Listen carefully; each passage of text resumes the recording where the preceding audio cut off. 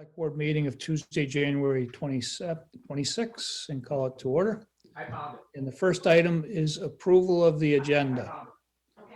So moved. I have I'll second. moved and seconded. Moved Laura, seconded Farhad. Okay. We're going to have a brief executive session at the end. Are there any other amendments to the draft agenda? Seeing none, all in favor, signify with a thumbs up. Okay. The next is approval of the minutes of our January 12th Select Board meeting. Moved. Moved by Lindsay, seconded by Farhad. And are there any requested changes or amendments to the draft minutes? Seeing none, then all in favor of approving the minutes as drafted, signify with a thumbs up. Okay. Next is citizen comments, and that's an opportunity to raise your hand in our Zoom session and come forward to address an issue that's not on the agenda. Chris, is there anyone with a hand raised? Brian, at this time, we have a hand up from John Frieden.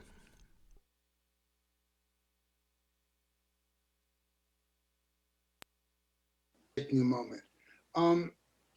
I think everybody in town that I've been talking to, it's quite a few people, are very excited about what the town's going to look like later this summer after we've completed all of the landscaping and work, especially in the new parks. And one thing that people have told me is how much they hope that there will be seating in the parks that's comfortable to stay in for a while. And I think at least for those of us who are over 50, having a back on the seat is very, very important. I mean, if you could arrange it, I think the ideal kind of seating would be a lot of Adirondack chairs where people could sit there. And I'm sure you can find a way to prevent them from being tampered with, either by securing them to the ground or by putting a little chip in it so you can follow them if they start to move away. That's what I would encourage you to do. If not that, you can obviously use benches which have backs on them. I think there's one like that in Cannon Park, if I'm not mistaken, and there are many like that in Central Park, and they're up in New York City, and they're up all the time, and I imagine they're set into some kind of concrete. Thank you very much. Okay, thanks, John. And I did get your email on that. And I was trying to rack my brains I knew we had discussed this at the time of when we were doing all of the design work. And I'm pretty sure that we had talked about that was a good opportunity for the downtown improvement district to contribute to the park. And we were looking at the time, some of the drawings were with bench seats and they would have backs, but the Adirondack chairs is another idea, and it's something as we get closer to completion that is probably worthy of more discussion with the downtown improvement district. Well, I would be delighted if you chose to have Adirondack chairs. I'd be delighted to contribute the first one and see if I can get other people to contribute others. And the places where I think it would be most beneficial to town are where you can look at Main Street from the chairs. And I expect that people will get up from those chairs at some time and go to the shops along Main Street, which I'm sure would be good for their businesses. All good ideas. Thank you, John. My pleasure. Thank you. Is there anyone else with their hand raised, Chris? No other hands, Brian. Okay. Then we'll go on to Chief Hanley and the local emergency management update.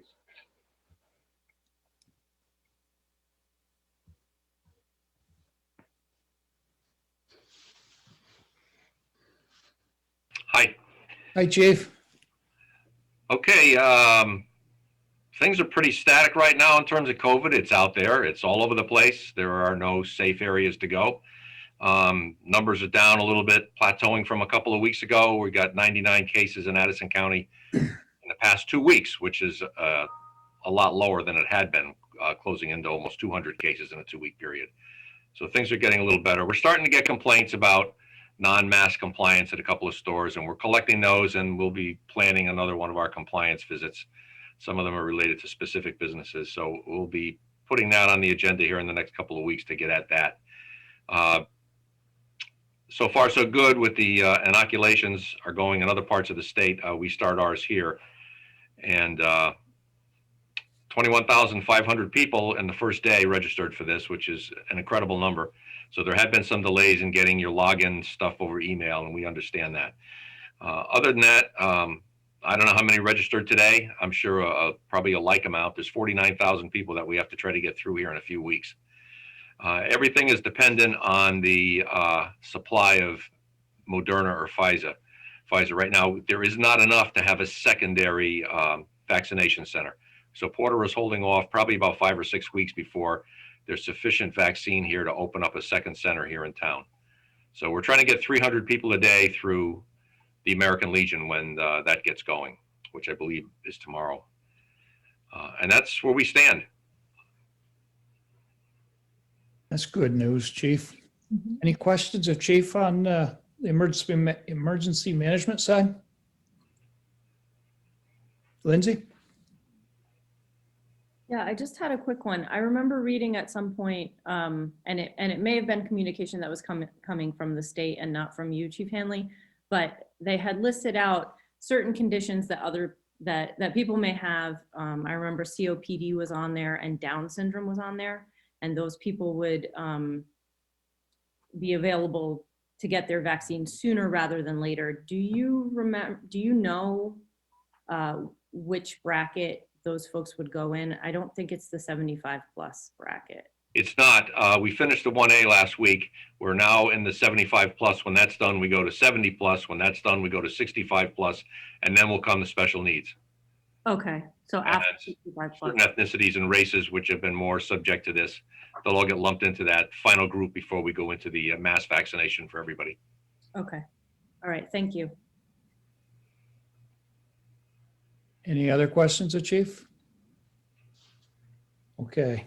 Chief, you have an item number 6 to bring for us, a recommendation on the award of bids on the 2 police cruisers. Yeah, we had 2 vendors bid, both local dealers, Stone Motors LLC and G Stone Motors. All the vehicles they bid on are acceptable for service.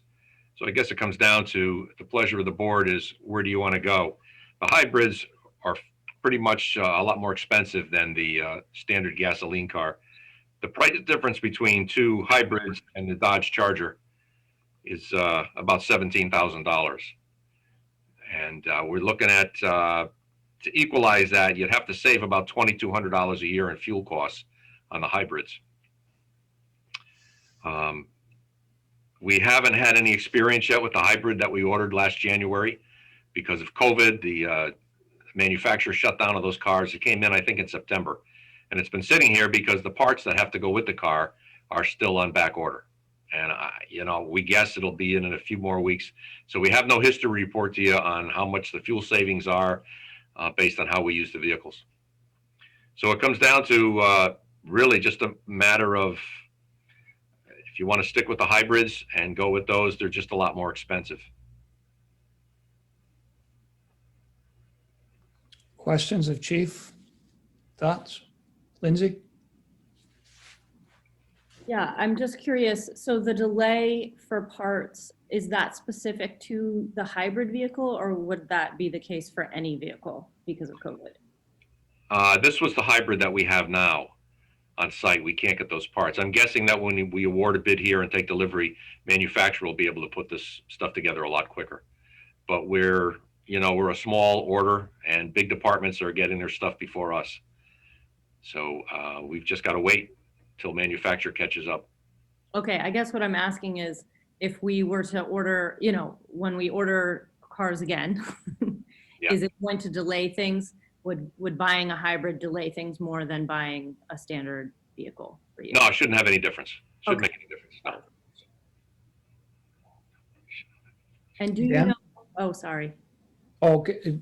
Go ahead, Lindsay. Cut you off, Lindsay, go ahead. Okay, I just had one more question. Do you know about what we spend? You said we need to save $2,200 a year in fuel to help the price even out. Do you know what we normally spend on a cruiser for fuel? I'd have to look at the individuals, but we spend about $22,000 a year on fuel costs for all the cars, For all of them? Okay. all of them. Yeah. And Your how fuel much- savings would be primarily in the first 2 years when they're frontline cars. As they Right. start to wear down a little bit, the savings would go down on that. But you should definitely see some significant savings, but I can't tell you what it is at Okay, this point. sorry, I'm done now. I won't interrupt then. Okay, it's just tough for me. I can't see you all with the shared screen. Dan? Yeah, Chief, you sound like you don't have a preference which car you like. Is there one model that you like or your force likes better than the others?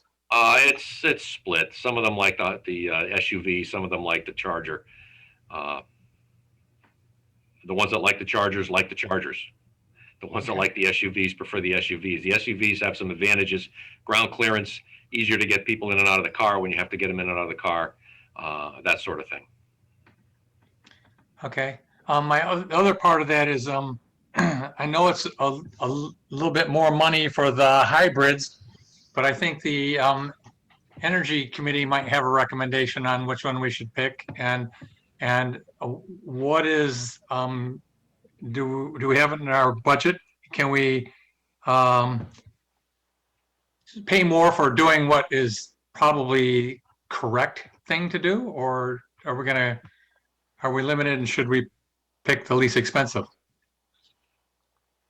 I think the hybrids will be pushing that budget a little bit. I think we planned for costs that were pretty similar to what the hybrids would cost.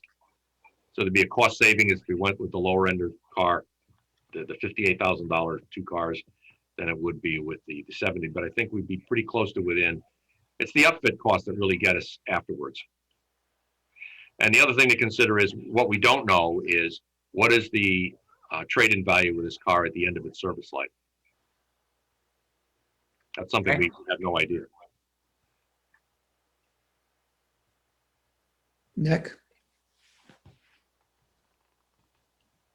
Chief, what are we talking about for true numbers on mileage? I mean, I see this, and presumably a hybrid's better, but is it really better than a Charger? Or is it in the same ballpark? Well, the Chargers this year have bid with a smaller engine than the ones we've had. And that's what I'm noticing. They've got the So V6. fuel efficiency will be better. They won't match the hybrid. The hybrid shuts off when you're not driving it. So if you're idling it somewhere, the car is shut off. And it doesn't engage again until it needs to engage, either because the battery's getting weak or you're stepping on the accelerator and need to move. So there's obviously some savings right off the top with fuel with these cars. Was there a start-stop on the Charger? No, Okay. Are the Chargers all-wheel? they're all wheel drive. All the vehicles we specify now are all wheel drive. Mm-hmm. I'm wondering if an answer in here isn't maybe a split it. I mean, one thing I wish we had was the experience with the hybrid. You know, it's one thing to say it's the right thing to do and the way to go, but the fact is your people rely on that car daily, and we want to make sure that it's doing its job. So there's no reason to think it wasn't that we went for it, but part of it is I'm looking at the Chargers, and they've been pretty good, haven't they? I mean, in fact, we know of one incident where the car behaved incredibly well. You know, not the type of scenario we want to repeat again, but it did a fantastic job. Seems to me that we are looking at probably potentially an easier fit up with the Charger. Potentially using a lot of the same equipment, aren't we? That's very possible. I'm not sure if there's been a significant change to the body style, although they stopped making them for a year and they've just come back. So I don't really know. I don't have the answer to that. Mm-hmm. The Charger is an extraordinary automobile for the service that we have. It's built from the ground up as a police vehicle. It's not a civilian vehicle that's been retrofitted for police service. I haven't heard anything negative from the field about the performance of the hybrid. There's only a few of them out right now, but I haven't gotten any reports from the field on how these things have been over the course of the year. I like the design. I like their hybrid design, the way they've got things laid out in the car, which is really superb. And having that electric engine and the power system doesn't interfere with any other aspect of the car. It's not like the old ways you'd lose the trunk space because of the electric components. The way they've got this designed, they're underneath the vehicle and they're out of the way. Mm-hmm. Mm-hmm. Yeah, so I'm a bit torn on this one here because, and again, that's where any input you can give helps, because you and your crews have to live with these things on a daily basis and rely on them. I mean, the Chargers, I think of officers I've talked to, and I guess maybe they're the ones who like the Charger, but they love the car, and it does its job really well. And so I'm thinking maybe at this point, as much as it sounds nice to go for the hybrids and would be the ideal, given some of the delivery issues and lack of experience, it might be wise and prudent to at least not go for two of them right now. Go for something that's tried and true, and maybe, well, I'm almost leaning toward two cars, but I could see going for one car and one of the hybrid SUVs.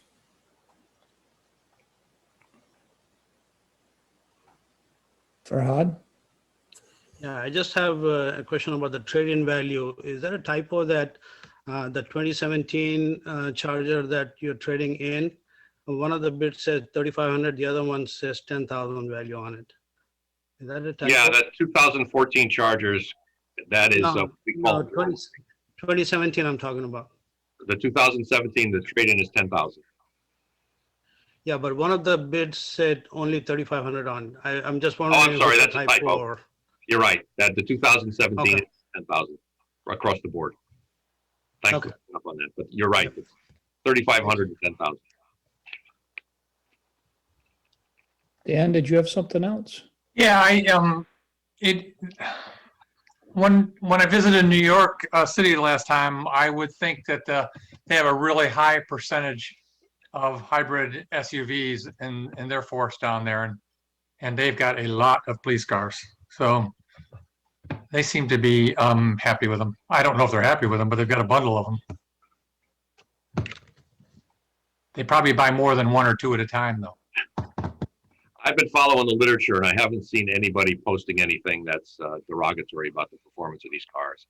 Everything's pretty been the contrary. I just can't speak to how efficient they are. The operation is fine. We've driven the one we have. We've used it as a transport car to move from here to there, and it operates fine. It's peppy. It's reliable. It's easy to drive. Nothing derogatory about it. The only unknown is it actually going to save us money on this? We know it's going to use less fuel. That's a given right off the top.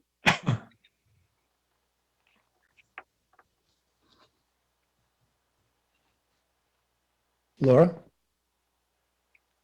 I'm definitely leaning in favor of a hybrid for lots of reasons, because I think it will pay off. And I just wonder if there are any hybrid sedans that are out there that we should push to look for a little bit more.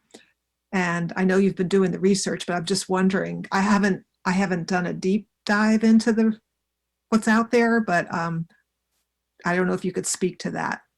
I mean, do we have any alternatives to an SUV for a police cruiser? Could we get a sedan, a hybrid sedan? Some departments have been picking up a Tesla here or there. We don't know how that's going to work. When I looked at that in the specifications, I don't see that as suitable for patrol work. Probably for some other kind of use, maybe within the police service, because it's got a very limited back seat space and very limited equipment space in the car. So, I mean, they're using them, departments that are large and have come from communities which have a lot more resources than we do. We'll pick up one or two to try them. I think some sheriff's department somewhere may have one. So I don't have any information on those. I wasn't thinking of going in that direction, although I've seen that, and I know you shared that with us. But what about the Prius model that you see in urban settings? Is it just not going to fit for us because we're a rural setting? No, that just No. it doesn't meet the needs of the police service. Well, they won't warranty it for police service either. So that's, that would not be a Is that what cities are using though, Dan? Is that what you were seeing? No, I believe they're using the Ford. The Ford. Okay, so the Ford. Well, what if, Yeah, oh yeah. so how come the local dealers didn't give us that option to look at? Well, that's what it is. It's a Ford Interceptor, is it? Yeah, Hybrid? we have certain specifications we have on the car and the performance specifications, and a regular sedan that's used for other purposes doesn't meet those. We do have one hybrid that we use for our investigator. It's not going to be a frontline police car. It serves the purpose just fine. But for frontline use, the other thing I have to worry about is protection of the officers in case they're in an accident. As we saw, those Chargers protected our two officers pretty well when that car crossed the center line and hit our cruiser head on. That should have been a much worse accident than it was. So these vehicles are designed with some hardening in the frames and in the doors that you're not going to get from a Prius or the other vehicles. They're on the road 24/7 and they're susceptible to this kind of activity. So, and the Fords are the same way. They've got some hardening in the doors and the frames that are going to protect the occupants in the cab. And Laura, New York City was all SUVs that were hybrids. Okay. The Priuses are all taxi cabs. Okay. Chief, is there any reason to look at the SUV for the extra money? Isn't that what we bought last year? Yeah, that's exactly the vehicle we bought last year, the Ford Hybrid. Yeah. Maybe we should go with the Chargers both for financial reasons and to compare the hybrids this year. Well, it'll be interesting with the Chargers with the smaller engine without that 5-point-something liter Hemi in it. That, see what the fuel savings there is as well. Maybe you'll get a little bit extra mileage out of those tires too, huh? I hope so. I see, Heather. Brian, I just wanted to let you know that Howard was in the audience and has had his hand up for a while. Okay. Oh, okay. Chris, can you allow Howard in with us? Howard, go ahead, please. Okay, can you hear me okay? We can, Howard. Oh, good. Yeah, I just wanted to add, I know the last time Chief Hanley was coming in with a proposal for a cruiser that we had at the time offered to help offset additional costs from Energy Committee funding. So if it actually came down to cost as being a factor, we do have a significant amount of money in our budget, and the committee did approve using some of that towards a hybrid cruiser. And the last time we were going through this, we found that in terms of savings, it was about 34% less fuel was consumed with a hybrid. I don't know if that's true with these models. We'd have to do a comparison there. But then when you combine that with the shutting off when idling is also a pretty large factor with police vehicles. So I just wanted to put that out there. You know, if we took the difference between fuel savings and found out that it was only a few $1,000s extra, you know, the Energy Committee could support that. Thank you, Howard. Sure.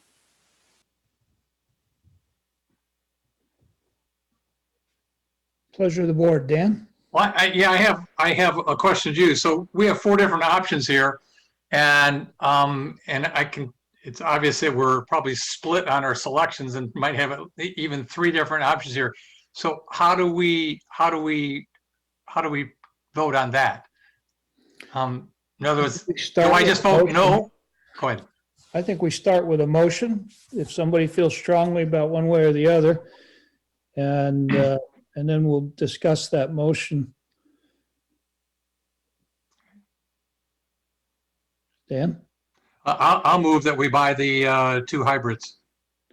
the hybrid, which are hybrid chargers? The only hybrid we've got is the Ford.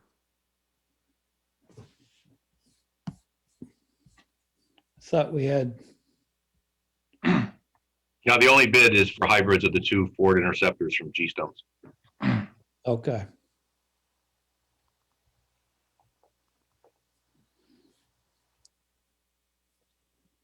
All right, I second. thoughts about that? Do we have a second first? Second, Lindsay? Laura, your comments? Yeah, are G Stone Motor and Stone Motors really the same are they the same company now because they Same owner. same owner? Same one or 2 different companies? Same owner, but 2 different companies, so. Yes. No, I don't think that's true. I Oh. don't think that's true. I think, because Todd Stone owns Stone Motors. And then I don't believe he's involved with G Stone. I mean, it's the same family and it's okay. been- Okay, they're 2 different companies then. yes, they are. Okay, I just wanted to, because I was trying to remember what happened with that merger. Yeah, in the government bid world, you would call it similar ownership. Okay. That's it. I just wanted that clarification. Okay.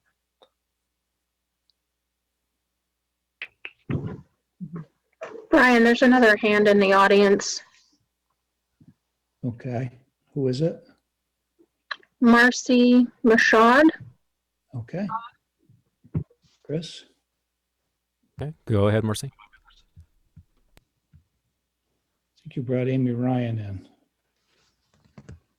They're jumping around on the screen. Hold on a second. Let me see if I can get her this time. Okay, Marcy, go ahead, please. Marcy, are you with us? Marcy? Okay, Marcy's appearing twice in the list, so let me... Nope.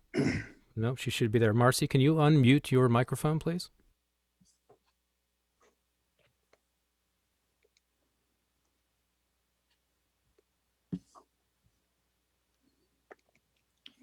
Okay. Okay. It's not working, Chris. It doesn't appear, yeah. Let me pull her back out again. Could also type her question or comment in the chat box. Okay, I brought her in again. Marcy, are you able to unmute your microphone? I'm unmuted. There we go. I have no question though. Okay. Okay. Thank you, Marcy. Thank you. Okay, so we have a motion and a second to go with the 2 Ford SUV Interceptors.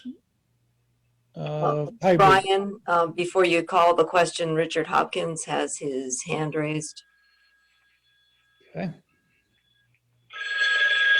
Okay, Richard, go ahead, please. Just as a background information, I expect that the vehicles with hybrid drivetrains will have lower maintenance costs and will have less time out of service for maintenance. I wish I could give you a number that would go with that, but the experience is that hybrid vehicles are generally more reliable than gasoline-powered vehicles. Thank you, Richard. Nick? You know, I'm sitting there thinking more about this, and I think this is an ideal time to go from what we believe to what we can actually get as a real fact. And I'm leaning toward actually splitting the order. And we have a motion, so we'll go through with the vote. But personally, I think this is an ideal time to get because we're buying two vehicles, to get some real world comparisons on how they are. The idea that one is more reliable than the other, that's speculation. I don't know if there's any fact to that, especially since you're comparing across different brands. But I think from my opinion, and this is a technical view, is I think we would be wise to go for one of the tried and trues with the Chargers, and then go for one of the Interceptors with the hybrid technology. And because they're going to be the same age and presumably the same approximate amount of service, this is a chance for us to really see if we're talking fact versus speculation. And so I'm not going to vote for the motion. I think there's a better way to do it. And I think we'd be, at this time, this is a wise opportunity to really make sure that we set the tone for the future. And presumably the hybrid will behave very, very well, but we'll know that. And then we can go forward with greater confidence in the future. So I'm not going to vote for it. Laura? Tom, is there any reason that the Charger would be preferred performance-wise over the SUV for quick turn, response? Because we know that an SUV is different construction, maybe doesn't make the turn as fast. So is there anything we should be considering with regard to that? I'm not talking about fuel mileage here, just performance on a rapid call where you have to make a quick turn. Yeah, the Charger has definitely a better handling characteristics as well as turning characteristics. But just to weigh in a little bit what Nick said, the one thing that would concern me, and I'm not opposed to hybrids at all. In fact, I'd love to have them all. Is this is a fairly new model, and if we get two, that gives us three. That means all our frontline cars are going to be SUVs, and I don't know what our experience with new models is. You end up with recalls. Things have to be fixed. We're jumping feet first in and have everything the same new model car when we haven't really tested them at all yet. And that gives me a little bit of concern as to how reliable they're going to be. I'm hoping that our experiment here shows that the hybrid is going to be the vehicle of the future and that we can use that so I can cut down on maintenance and fuel costs on this car. But I don't know that right now. And I don't have a history on whether both of these cars and the car that isn't even on the road yet are going to be serviceable without any kind of interruption. And we went through the same thing with the Chargers when they were new. They were constantly being recalled. There were design issues with them, and they seem to have worked that out.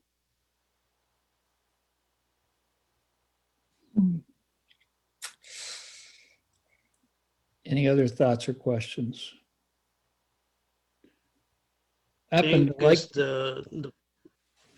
Sorry. Farhad? Can you hear me? Yeah, go ahead, Farhad. Yeah, I think the chief is, and the cars are going for the police department, and I think I want the chief to be comfortable in whatever we are recommending also. Since the hybrids does not have a track record yet, and to Nick's point, I think 1-and-1 would be a better idea, I think.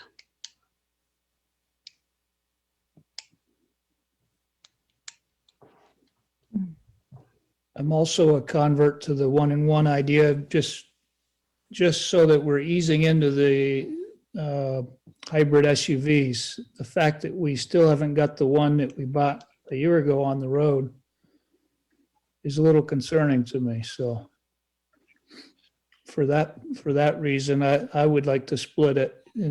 We've got an aggressive goal at electrifying our fleet, and I don't think this necessarily steps us back, because this will already be two hybrid units into the frontline police vehicle fleet, and I think it shows a strong commitment to moving that way while at the same time mitigating some risk. Nick?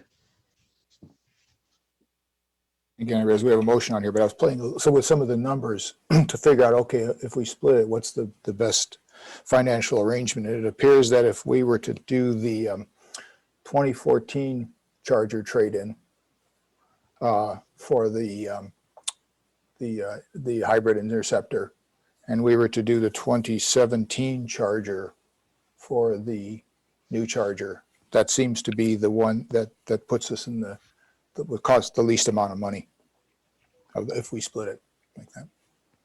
Looks like 61,888 versus, well, it's not a lot of difference, but versus 62,088. Isn't it the same? Should be identical. Should be identical. It's total. I think Yeah, there's, the end number should be the same. I no think, matter how- I think not. See if I've got that right. 61,888. And the other is. Whatever we buy, we're getting $13,500 back. Yeah. Yeah,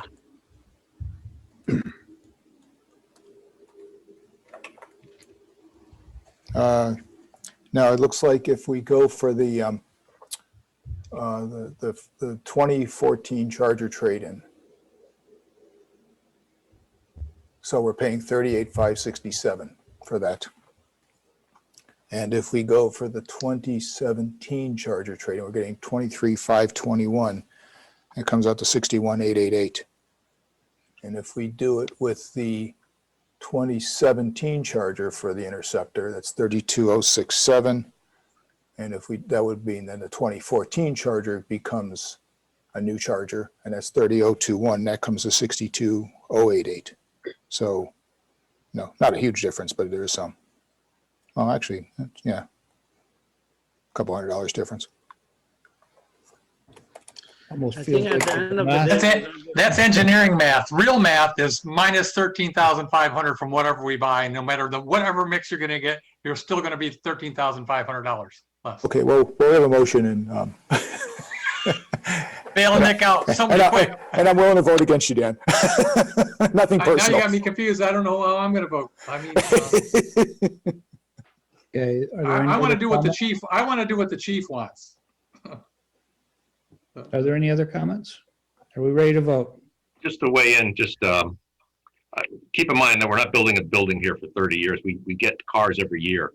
Within 3 years, if these SUVs work out, we have an all SUV fleet within 2 or 3 years.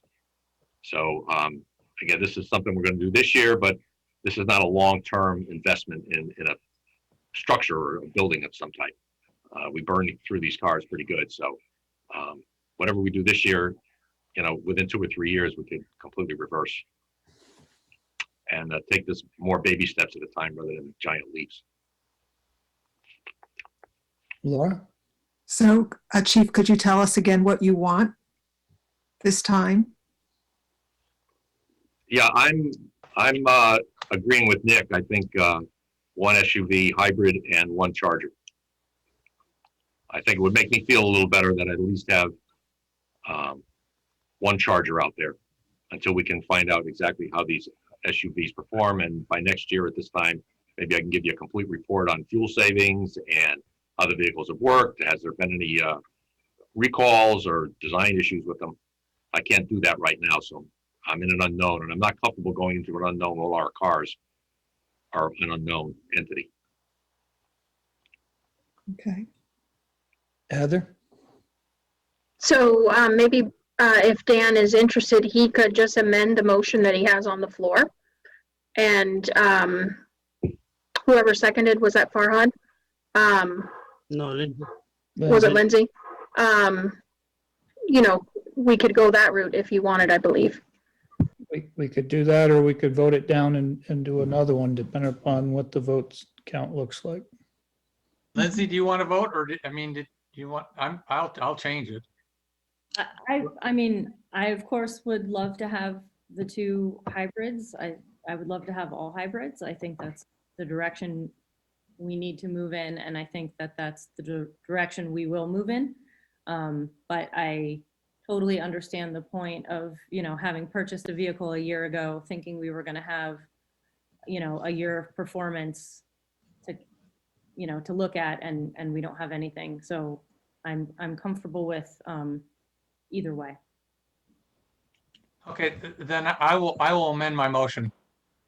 One of each. Okay. And are you okay seconding that, Lindsay, or would you? Oh, yeah, sure. I'll second it. Okay. Are we ready to vote then? All in favor of buying one Ford hybrid SUV Interceptor and one Dodge Charger, signify with a thumbs up. Okay. Again, I told you I'd vote along with you. The chief gave us too many choices. Just one choice, that's easy, but 4, my goodness. And then the combinations, and then Nick's math. And then actually I found out that you were correct. It was a little bit of a, I threw an odd coefficient in there. It's a coefficient of late night. Engineering math. Engineering math. I was wondering, in my sales math, they both look the same. Okay, thank you very much, Chief. You're welcome. Chris, we need Dan with us. Okay, he should be on his way now.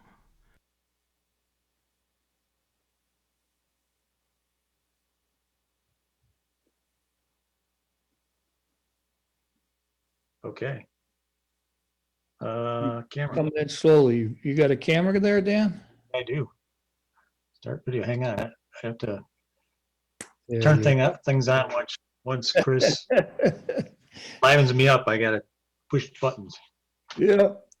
Okay. Good evening, Dan. Good evening. How are you all? Good.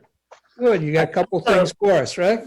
Yeah. Dan, before we get going, just want to say that unless there's a visual component to some of your display items, I won't be displaying them because it's hard for the board to see what other members are doing when the share screen is in play. So keep that in mind and let me know what you want me to display, please.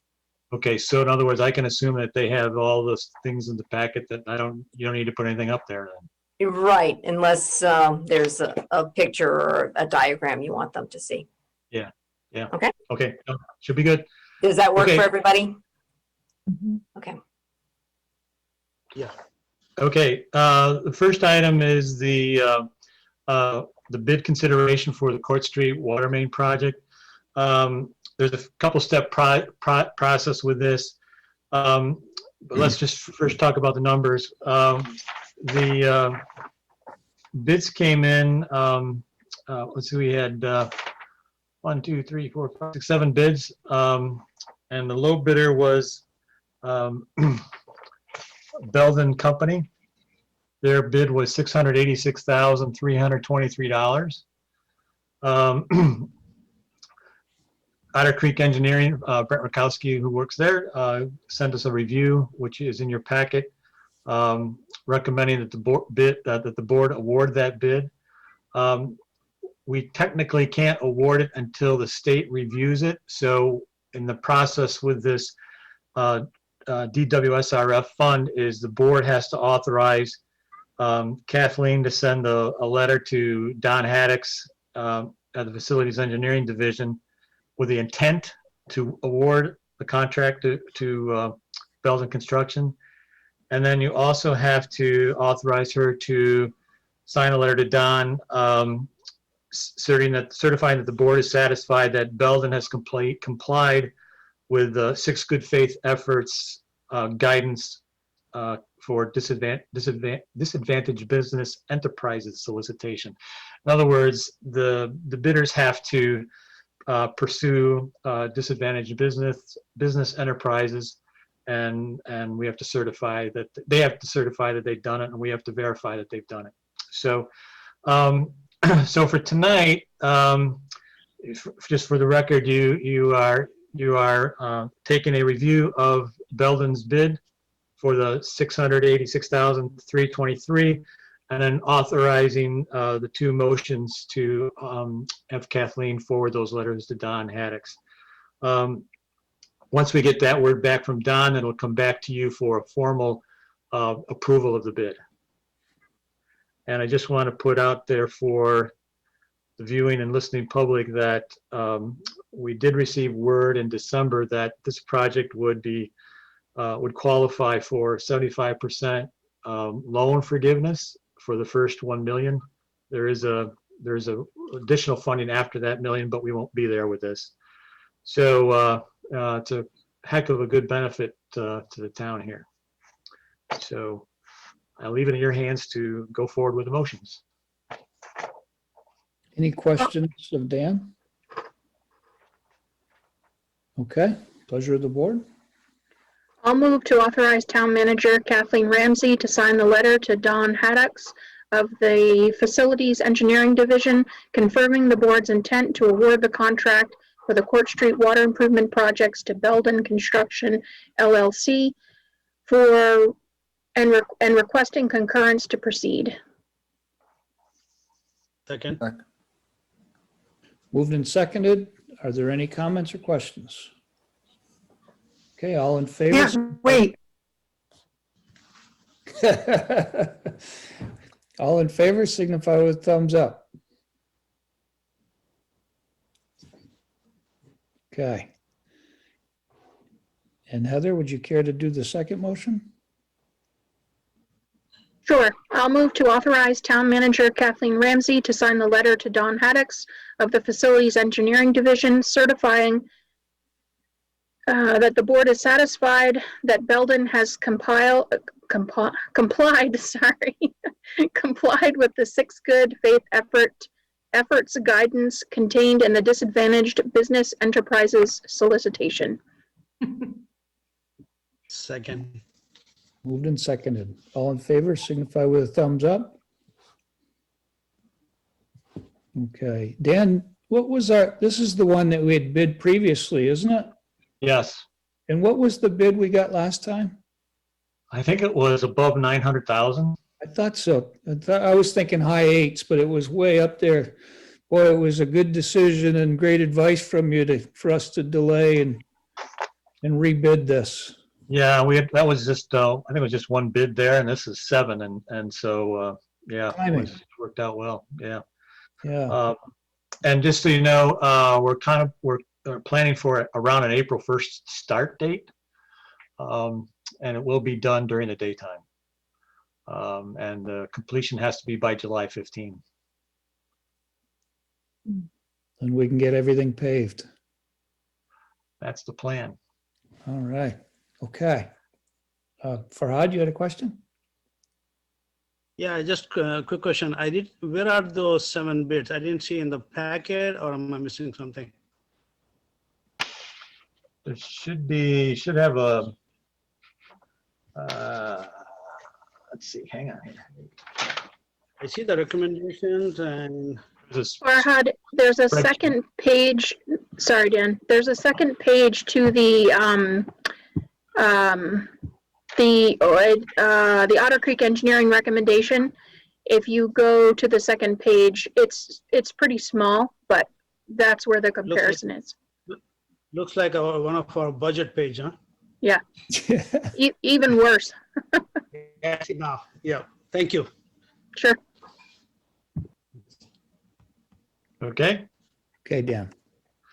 Next item is a recommendation for award of bid for the Maple Street Stormwater and the Rail Platform Parking Lot Project. Again, we put that out to bid in December. We had 6 bidders on that one.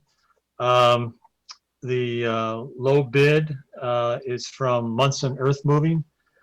We've worked with them on prior projects over the years. Their bid was $291,924. So the funding for this comes from a couple places. These are actually 2 projects molded together for one bid. The stormwater project, which is around the kind of the S curve of the entrance to the Marble Works, and then the parking lot project is the second part. So, so funding comes from some of our capital money, 132,000 and change, 159,000 and change for the parking lot project, and 100,000 of that is state grant. This project will get underway most likely late August, because we have to wait until the V-Trans is done with building the rail platform. So certain elevations have to be made sure they're set in stone, concrete, if you will, so we can make everything work out. So rail platform goes first. That's the V-Trans project, and then this project follows up right after that, and it'll be wrapped up sometime in November. So I'm requesting the board to approve contract to Munson Earth Moving for the $291,924. I'll move to award a contract to Munson Earth Moving for the Maple Street Stormwater and Rail Parking Lot Project at a total cost of $291,924. Second. Moved and seconded. Are there any comments or questions?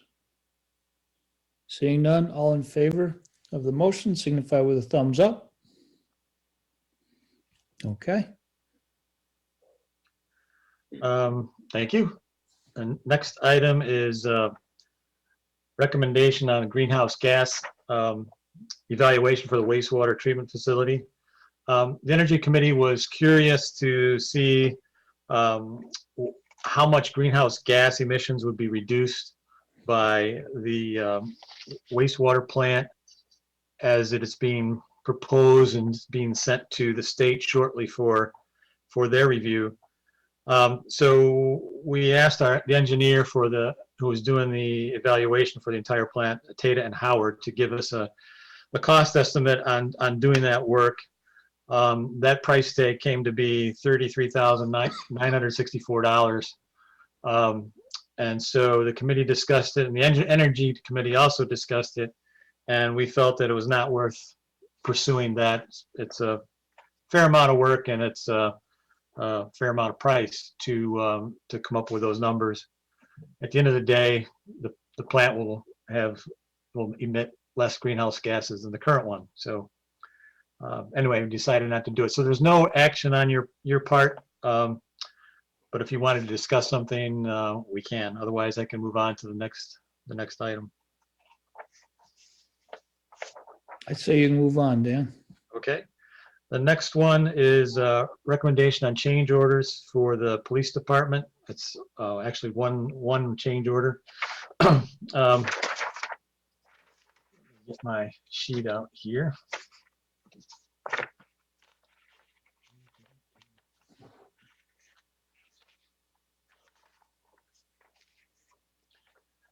So the total for this change order is $12,632.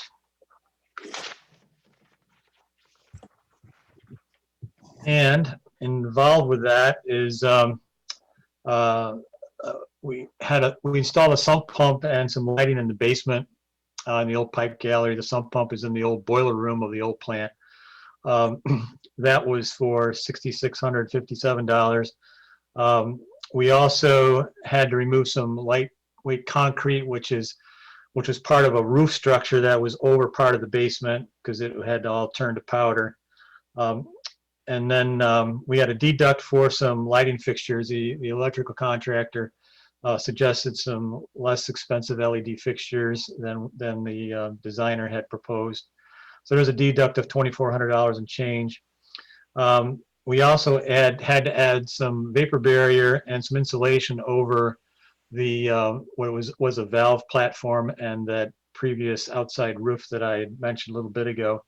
We're having a problem with condensation on the underside of those concrete roofs into the basement just because the cold temperatures from the outside was making a mess of things down there and contributing some mold growth on some new wood framing. So it was a combination of stopping the evaporation, stopping the condensation to solve that problem. A couple other small things on the change order. We had to take out a small concrete splash pad, and we had to relocate the electrical trench over by the police cruiser building. We did not know, wasn't on any plans from when the plant was built, that there was a foundation wall for some sludge drying beds, so we had to move that. All in all, this change order comes out to, as I mentioned before, $12,632. So I'll need your approval for that. And I'd just like to say we're just about wrapped up with the project. We had a punch list walkthrough this morning. In a few days, that work will be completed. There's just some odds and ends, a variety of odds and ends with some of the subcontractors. Nothing major. And we're going to have infrastructure have a tour of the building. I believe it's on February 11. Of actually 4 projects. It'll be the explosion hazardous material building, the cruiser parking garage, the storage building, and then the police department's conference room. So we'll have that tour. And if anybody wants to join us on the 11th, you certainly can do so. Tom, we looked at the conference room of the police department about a week and a half ago with Tom. It's amazing how warm that room is now. It really is quite comfortable and usable. So that turned out really well. Oh, well, enough of me. So I would just need you to approve that change order. I'll move to approve change order number 7 for the police department reuse project for a total cost of $12,632. Second. And second, Sorry, Brian. go ahead, Heather. Did you mention, Dan, that we are under budget on that project too? Oh, yes, I did not, but it is, You might want to just mention that also.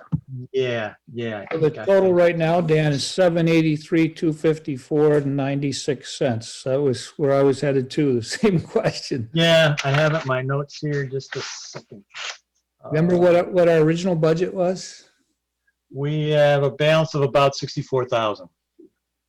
So it was about almost 850 then. Right. Yep. This is great. Okay. Any other So- questions, comments? Go ahead.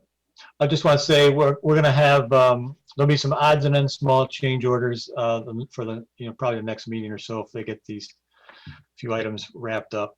So yeah, we're almost done and it looks really nice. Okay. Any other questions or comments? All in favor of approving change order number 7, signify with a thumbs up. Okay. All right, the next item is as a recommendation for shifting some funding for driver feedback signs. These are the radar speed limit signs, if you will. We talked about concerns on South Street, and there's always other places that residents ask for some kind of traffic control. So Tom and we had a discussion with the infrastructure committee on type of gizmos to do that. And so what we're looking for is to have you approve the reallocation of $7,500 of the $10,000 that was in the capital improvement budget for conference room and sound and IT improvements and shift that over for traffic calming. And then at some point in the future, Tom would probably come back with a proposal to you for purchase of a couple of units. So I guess I'll turn it over to you for a motion. Pleasure of the board. I'm going to trust the professionals on this one, so I move to approve the reallocation of $7,500 from the $10,000 included in the fiscal year 22 capital budget for conference room, sound, and IT to a new budget line item for traffic calming initiatives. Second. Moved and seconded. Any comments or questions on this? And we pulled it out of the conference room sound IT because we're not using the conference room sound. Well, actually, I found a more affordable solution for hybrid meetings, which Yeah.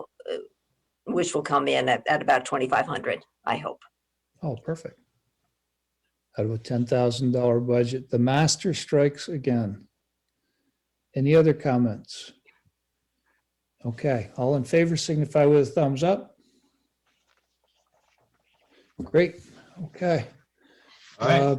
Dan, that Thank you. releases you for the evening. Great. Take care, everyone. Good night. Good night. Chris, we need Howard and Richard to join us, please.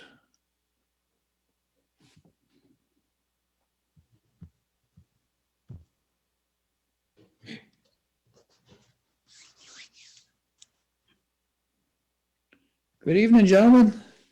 Hi, sorry for the bad light here.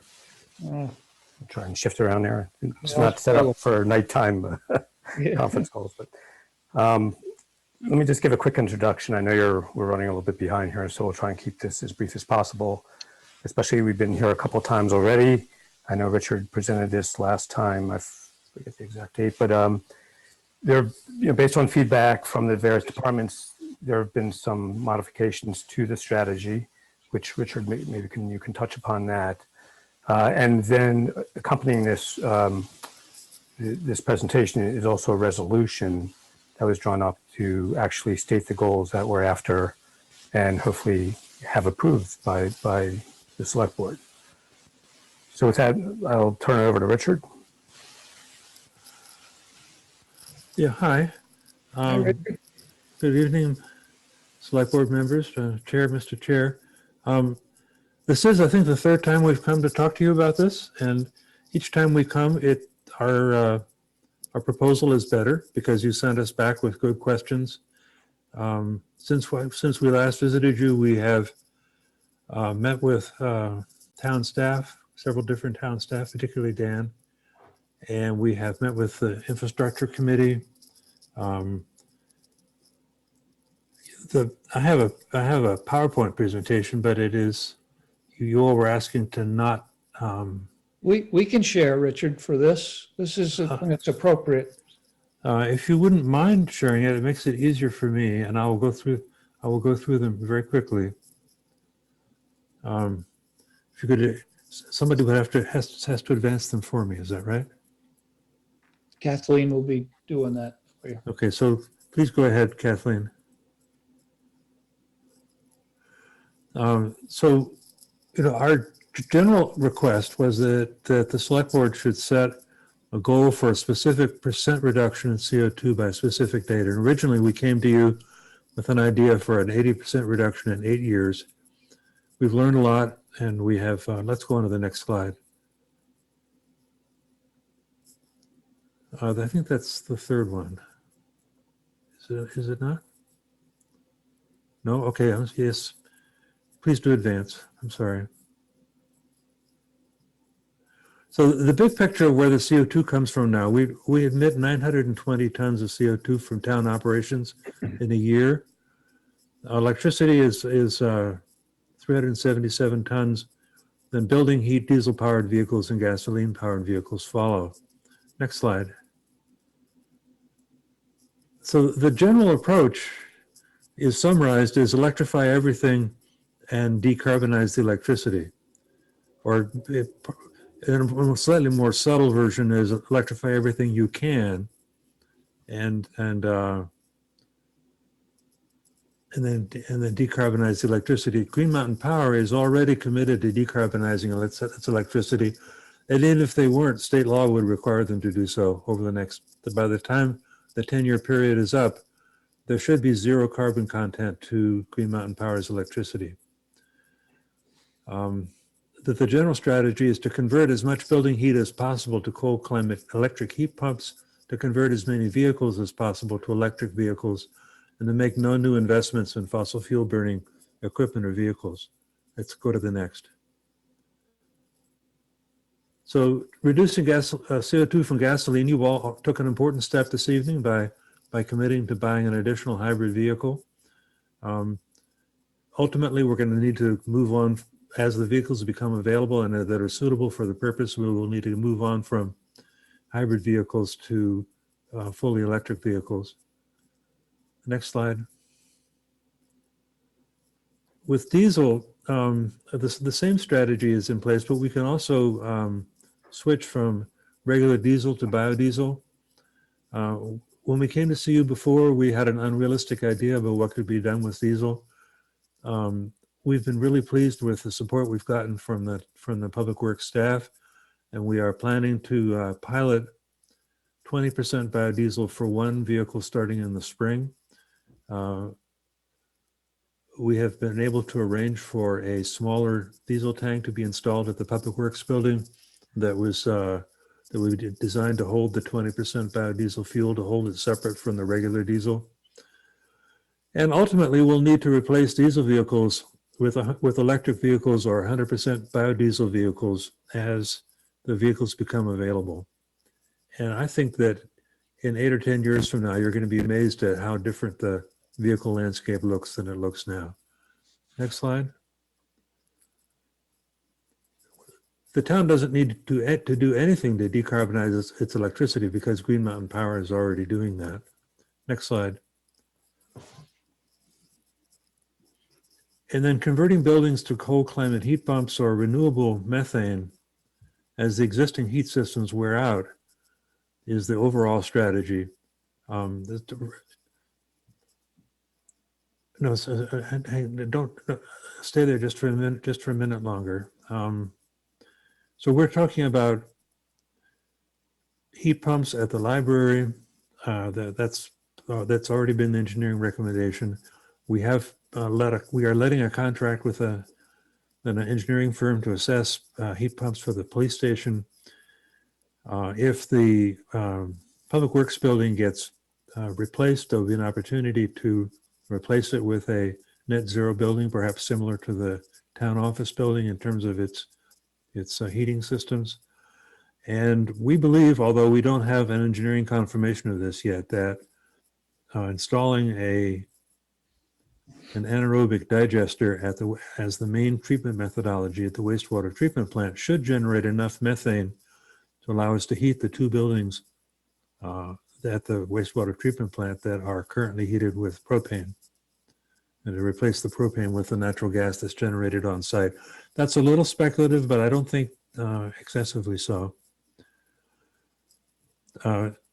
When we first prepared these slides, we didn't count on the idea of replacing the Public Works building, which I gather is getting more serious consideration at this point. And there'll be great opportunities for savings on building heat if we go that route. Next slide. Okay, next slide. We've already mentioned this. So our suggested path forward to get to an 80% overall reduction is, well, the first 50% is free.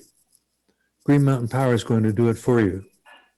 We're going to save 377 tons just from the decarbonization of Green Mountain Power's electricity. So that gets us halfway to the goal. If we then reduce gasoline usage by 60%, diesel usage by 60%, and fossil fuels for building heat by 60%, we get to our goal. There's a factor there. We're assuming some technology improvements to get the last little bit to our 80% goal. Next slide. So what we're proposing is that there be an 80% reduction in CO2 generation from fossil fuel in town operations by 2030.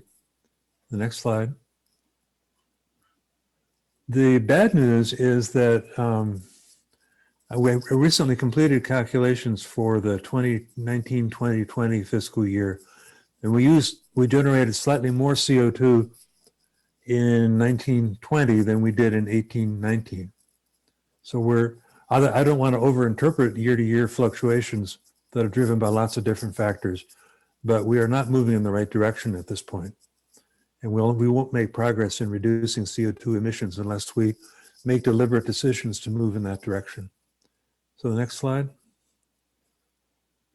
is the proposed resolution. And I'll leave this to the select board to decide how you want to manage this. It's not, the board would establish the goal that emission of CO2 equivalents as a result of town operations be reduced by 80% compared to 2018-2019 level in or before fiscal year 2029-30. And you all would also direct the Energy Committee to make an annual report by the end of each calendar year to the select board and the town meeting on the previous fiscal year's greenhouse gas emissions. And the Energy Committee would be delighted to take on that responsibility. So I'm done. Kathleen, you can take the slides off. I believe there's a formal resolution included in the packet. Yeah. With that stated. So thank you for the opportunity to present this material to you again, and I hope that you take the action that is implied by the resolution we've forwarded to you. Thank you, Richard. So open it up to the select board.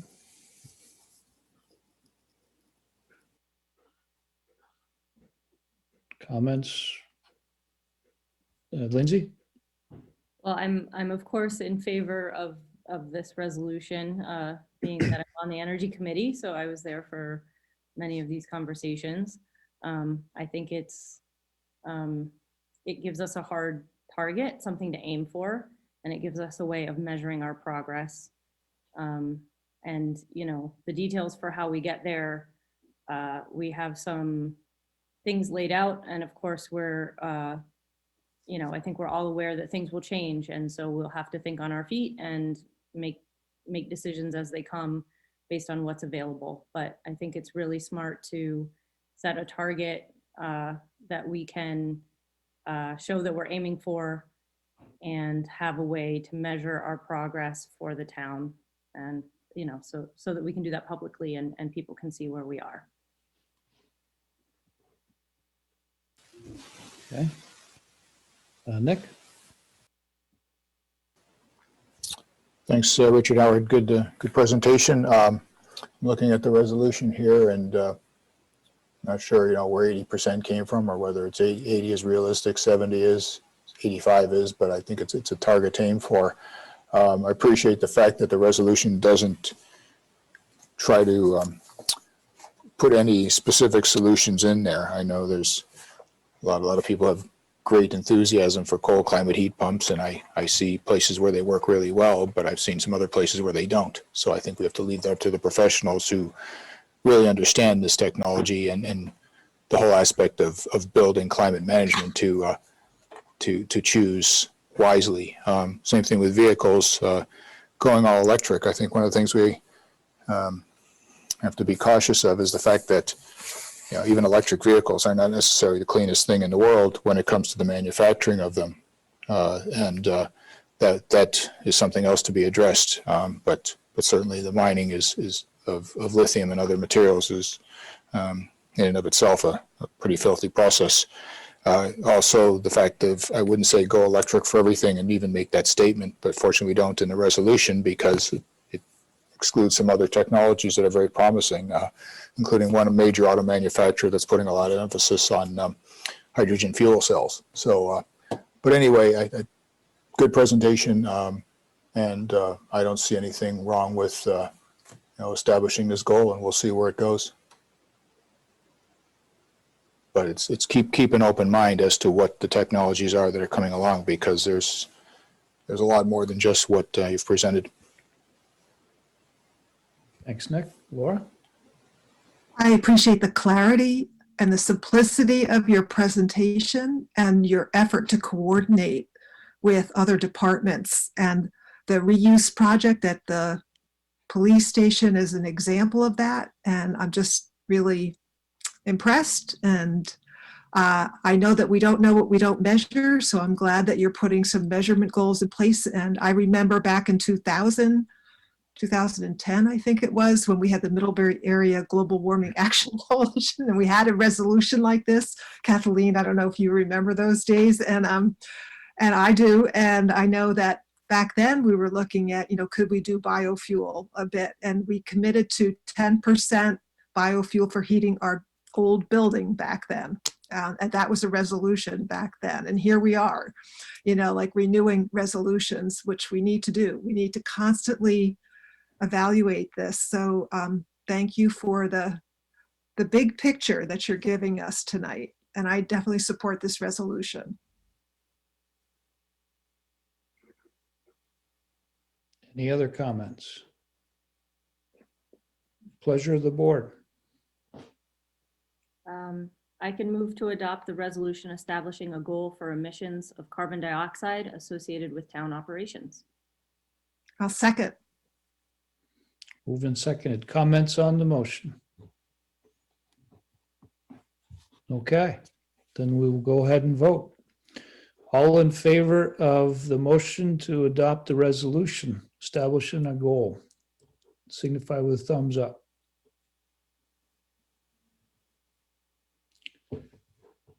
Richard and Howard, the Energy Committee continues to impress me with your work, your persistence, and I like this phase that you have moved into as far as coordinating with a lot of our staff as well. And I think that's helped clarify this goal a little bit. And I think it's great. Congratulations on getting it through the board. And now we'll see if we can get there. Well, thank you, and we appreciate the support of the select board. So it goes both ways. So thank you. Okay. Good night, gentlemen. Good night. Chris, can you bring Karen in, please? Oh, Heather, I missed your hand there. Sorry, I just want to, I'm pretty sure that Kathleen will want to share some for this part of the presentation. And I wanted to share when she brings up the screen, I found a new setting that allows you to divide the screen in half so you can see the board and see the presentation. And I on my laptop, I can see both pretty well. So when Kathleen's sharing, if you go up to the top, it's up at the top sort of right of the middle for me. There's a little button that says view options. Oh, yes. And I have it set to side-by-side mode. And it shows the presentation on one side and the panelists on one side, and I can see everybody. So, sorry to interrupt the meeting, but I just thought if people were interested, they could give it a try. Can you see everybody or just like 4 or 5? Nope, I can see everybody right now. Okay, maybe it's the size of the screen, why mine, because when I did that, I lost a big chunk of the. You can also, if you grab in the middle, Brian, on mine, I can make the screen sharing and the panelists different sizes. God, I love this. Learn something new every day. Thank you so much. Yep. Now Sorry I can see everybody. So if somebody raises their hand, I can see you. Okay. We have Karen here this evening to present a proposal from BMP. Karen and I talked today. This will be the first time many of you have seen this, and Amy's joining us too. And so my thought is that she'll present her proposal and request, and we'll have discussion, and she can answer questions and everything. And then we will bring this back to the board at the next meeting for a decision. And that gives you an opportunity to do your due diligence and think about the proposal and see if you have any other questions. And Karen will come back to us then. So with that, I'll turn it over to you, Karen. Thank you very much. Laura, welcome back. I'm happy to see you. Looking forward to seeing all of you in person here one day. So thank you for having us. I want to go through this. I know you guys are short on time, and I want to leave ample time for discussion on this. So we're calling this Kickstart Middlebury. This is modeled after another Vermont community, Wilmington, did this in 2018. They had received some money that they had a few empty storefronts and they turned it into a business plan competition. And so a few years ago, when I got wind that they had done this, I actually had reached out to them, knowing what was coming in terms of our project.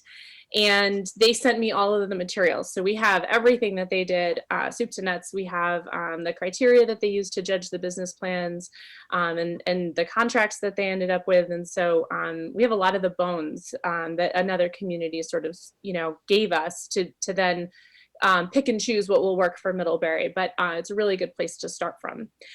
So our plan essentially is to offer up an incentive to interested businesses, whether they be expanding their businesses or a startup, to come into downtown Middlebury. As it currently stands, we have, as far as I know, over a dozen empty storefronts within the designated downtown.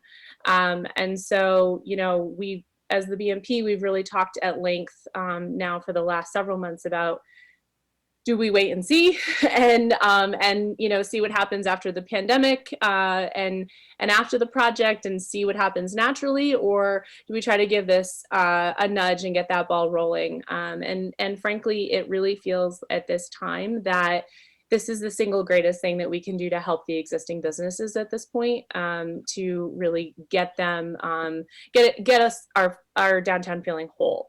And more businesses certainly equals more foot traffic and more vitality. And that's really what we're trying to bring here. So this initiative would be led by the BMP in collaboration with ACDC, the Chamber of Commerce, the SBDC, Middlebury College. We'd like to have a representative from the town as well, and then representatives from existing businesses to make up a panel that would essentially run this program. So we would create, through that panel, we would create the application. We will create the criteria by which those applicants will be judged. We'll lean heavily on the SBDC business planning materials that are already in existence and the expertise that that they'll be able to lend to this process. And then we will award based on what comes in, certainly reserving the right not to if the right plan didn't cross our desks, but we would hope to award at least 2 packages, which would include startup cash as well as a startup kit, essentially, that would include local advertising, printing, business consulting, graphic design, things like that. So at this point, what our proposal entails is a request to this board for $50,000 from the Middlebury Business Development Fund, which, based on my understanding, has been allocated for economic development purposes. And so, so we'd like for you to consider that. And then I included here a process and timeline. Again, I really will rely heavily on this committee once it's formally set up to really dive into this timeline and the process. But I wanted to give you an understanding of what we're aiming for, because realistically, I'd love to get somebody into some spaces downtown by June, which by all accounts really is when businesses seem to get the busiest in the downtown. So it feels like a really good time to get them there. So that's kind of the bones of what we're talking about. Amy, did I miss any of the kind of crucial elements? I don't think so. I think you nailed all the details. I would just add that during my time on the BMP, we've had, many times where we as an organization have questioned ourselves, is this the path that the BMP should go down? And it was pretty crystal clear over the last year or so that this is a path that we should take in the efforts that Karen described. The challenge for us has always been, how are we going to make it happen? It's hard enough to fundraise from individuals, and of course, going directly to businesses would be a non-starter for us at this juncture, given the pandemic and the closures and whatnot. So, I think from our organization standpoint, we have the full support of our board, and everybody agrees that this is the right path to getting Middlebury.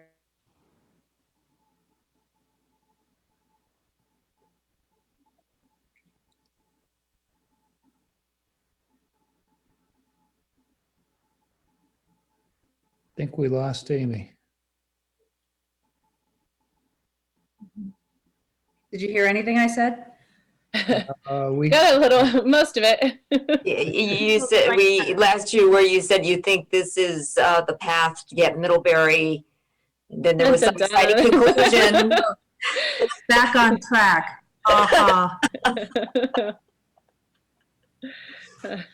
We heard something about you didn't like this idea at all, Amy. Is that correct? Was that correct? Or Yeah, but while we're at it, can we get better internet in Salisbury? Yeah, right.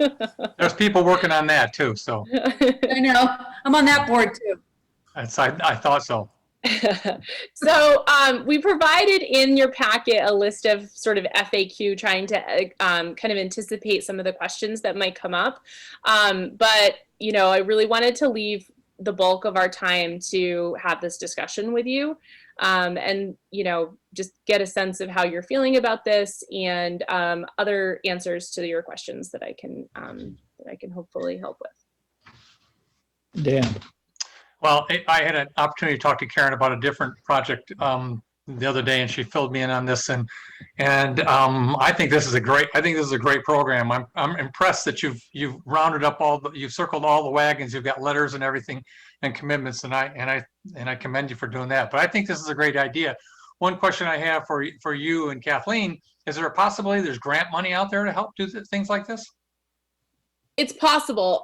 So that was actually our very first conversation with Amy Carlin from Middlebury College, Fred Kenny from ACDC, and Rob Carter from the Chamber. We all got together initially when BMP said we really want to do this. I sort of gathered that group together and started this conversation. And it was immediately about, okay, what grants are out there? And so Fred actually walked us through the possibilities. I did write a letter of intent for a grant and then received communication back saying that it wouldn't be able to be used in this manner, to be extended to a third party, which I think is probably going to end up being a lot of our challenge with a lot of the grants that we do try to apply for, is that we would be taking this money essentially and then giving it to somebody else, which they don't want to see. And so, you know, and the way that Wilmington did it is they just paid invoices up to a certain amount. So there may be some wiggle room with it, but the way that we were originally envisioning it, it didn't look like there were going to be a whole lot of grants out there that were really going to meet this need, at least not right this second. There's always new ones. Okay. All right. Thanks. And Kathleen, do we have there's $50,000 still in the development fund? Chris. Okay. Laura. Yeah, so Karen, could you say a little more about how the 50,000 would get allocated? Yep. So we would have a number of different expenses. So one would be, we want to try to offer this incentive in terms of startup money. So that would be some of it. So I'm thinking around 10,000 is what would make sense as far as startup money.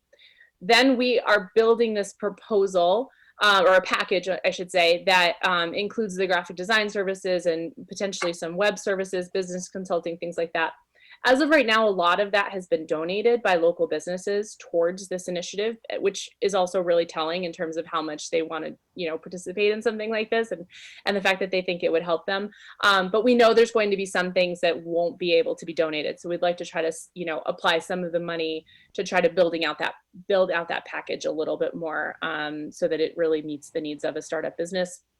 I think one of the things that is really important to all of us around this table at this point is that we really don't want to bring in a business that's going to fail in a few months. You know, I actually think that's worse than the building sitting empty indefinitely, because it just sends such a bad message to everyone, and you don't want to see a business come in and do all of this and then fail. And I really want to set these businesses up for success with the scaffolding that they need to be able to make it in the long term. So so some of this money would go towards that, and then the rest would be, we really want to market this program as an incentive package to come to Middlebury, which has a bonus in that we're marketing the program to get interested businesses to apply, but we're also marketing Middlebury. And so this will be to a regional audience, but letting folks know that Middlebury is a community that's business oriented and really being proactive about this problem. So the 10,000, would that go to like, you can't tell, like one business or split between a couple of businesses because you don't know yet what you're getting? We don't know yet, but my intention is at least 2, hopefully 3, would really be that's my goal. And I should note too that, you know, depending on what comes in, there are a few benefits to this. One, we now have, this is exactly what happened in Wilmington. You know, they had 8 or 10 businesses that applied, and only 2 were able to receive the funding. But they then had all of those other businesses that had legit marketing plans who wanted to be, or business plans that wanted to be in Wilmington. And then they were connected with their SBDC and their regional development core, and they were able to get the funding that they needed and get looped up into, you know, what other spaces were available. And so it just, you know, there's another benefit to this too, in the sense that we're now drawing interested businesses into Middlebury and getting connected with them. And then what was you asked something about how many businesses? Oh, that was what I was gonna say. So essentially the other piece is, if we don't have enough money for the number of plans, we also will try to fundraise and we'll try to just keep this going. You know, if it's successful, then I think there's other opportunities for us. Like Dan said, maybe there are some grants. You know, I think that we would, if we were to luckily get 5 businesses and we don't have the funding for that, then, you know, I think that's when we try to get creative and we see how we can make it happen. And you're talking $10,000 per business. Laura Yes. didn't, I think, yeah, yep. Yeah. Oh, really? You are? Yes, yes. Yeah. So That's not very much money to start up a business. Not very much money at all. No, No, but it's you're- basically enough to get their attention. Okay. Well, it's 10,000 plus additional Services. in-kind type services Yeah. support, yeah. Farhad? Yeah, so the $10,000, is that a cash incentive to them plus marketing and advertising?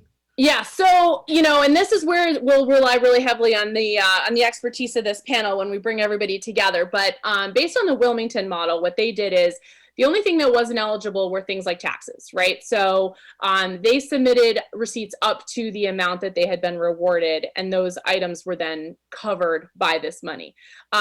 So we could choose to do it that way, or we could choose, I mean, I think that seems to be the most, the easiest way for us to do it, in the sense of keeping track, right? Like, that we're not just writing a check, that it's basically covering the expenses up to 10,000. So my question actually would have been, if you give them $10,000 cash, would they be accountable to how they spent that money to you? Right, exactly. So this is the way to do that. Okay, cool. Kathleen, are there limitations on our money? Would it have to be in a reimbursement format? So these are town funds. Right. I don't know if there are any restrictions that the auditors may place on that, having to do with sales tax, as to whether it would be better to have the BMP lay the money out and then ask for reimbursement from the town, or like we have been doing with the Vermont Agency of Transportation marketing grant. Yeah.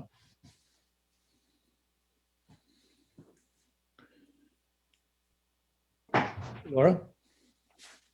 Nick, do you want to go first? No, go ahead, Laura. Karen, did you have like a dream of certain businesses that you would like to especially see come in?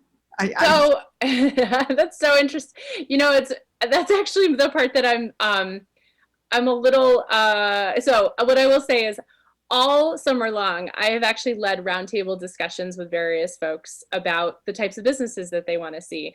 And the answers are so varied, so varied. I could have never guessed how varied before I started to do that process.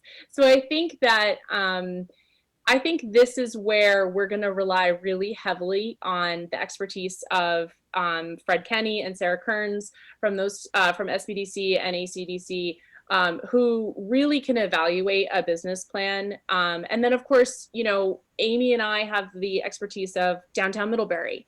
And, you know, and one thing I will say, the thread that has run through all of the comments that I've gotten about businesses that should be here or shouldn't be here or whatever people's comments are, is that, you know, people are looking for multiple reasons to visit a store, not just once a year. They want to be able to go in a few times, and they want some sort of an experience, right? Something that they can't recreate online. So, you know, those are really the two things that I think would be running through my head, but no, I don't have any kind of preconceived notions. I'm really excited to see what comes about. And, you know, we've talked to a lot of businesses and they, you know, we've gotten everything from like, why is anyone going to open a business right now, to Sarah from SVDC actually mentioned how many startup businesses are kind of coming on the scene now in Vermont. So, you know, I honestly don't, I'm kind of coming into this just really excited to see where it goes, and not really wanting to drive the process any one way, but to see how it develops and then and work with our partners on it. Okay. Nick? Thanks for bringing this, Karen. Yeah, through the last few years, I've been trying to think of different ideas that we could use this business development money for, and I've had some ideas. Then, of course, the COVID hits and it changes the rules. I mean, I'm thinking back to what you and Amy have described BMP did when it first hit, and how you were helping the businesses, and that was really a good, solid effort. And as we look forward to this next year, I think job 1, 2, 3, 4, 5 for the town and for the community is recovering from this pandemic and whatever we can do. So downtown's our showpiece. It's the part that differentiates us from a lot of other places. And if it doesn't show well, then it doesn't reflect well for the town as a whole. But if it does, then it's a very positive thing, and we never know what additional things will come from that will help.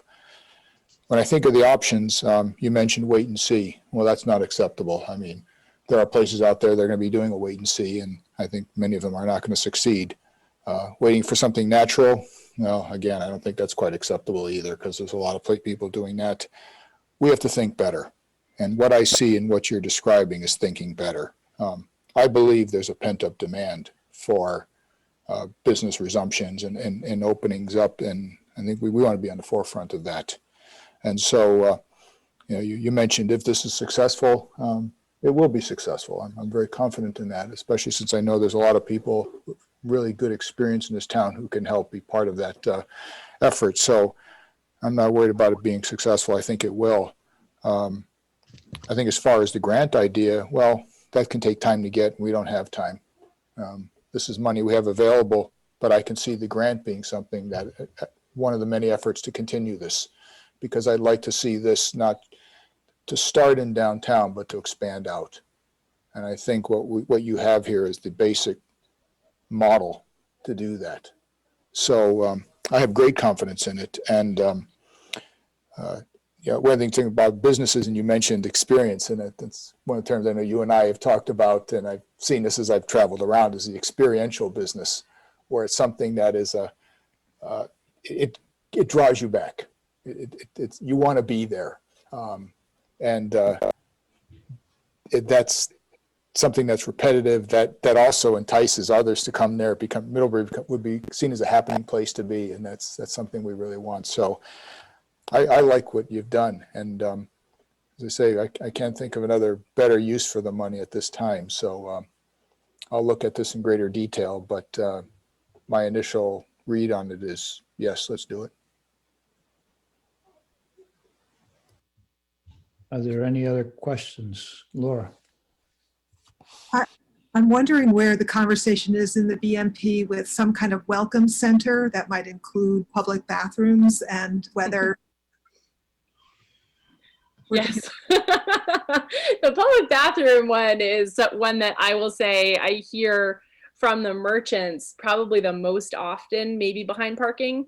It is one of those things that they definitely would like to see. And certainly this past summer, it was very noticed with not having the library and the town office accessible, to the point where it ended up being that the town got a porta potty to try to meet that need. So, it's definitely one of those discussions. We really haven't had the discussion in quite some time, as far as, what to do next. We've sort of been in the same boat as far as putting out fires that everyone else has been in, but certainly it's one of those things that I think needs to be addressed sometime in the next couple of years.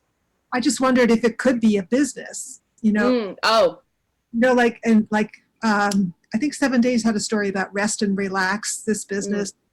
Was it Brattleboro or somewhere that was a kind of a drop in, you can sort of get a free cup of coffee and maybe you're using the bathroom, but there's something else coupled with that's business too. So I don't know, so I'm just thinking about that. Yeah. I see it as a chance to think big. So whatever big looks like. And I know you have the expertise, and I know the expertise is in town. So we have to think different. I mean, we just have to be better. And so this is one of the ways, and I appreciate Wilmington sharing the information with us as a really good start point, because they obviously had success, and let's go along and show them up a little bit and show what success really looks like. One thing I will say is Vermont downtowns are wonderfully collaborative, and it's just another reason to love living here. Did you have a question, Lindsay?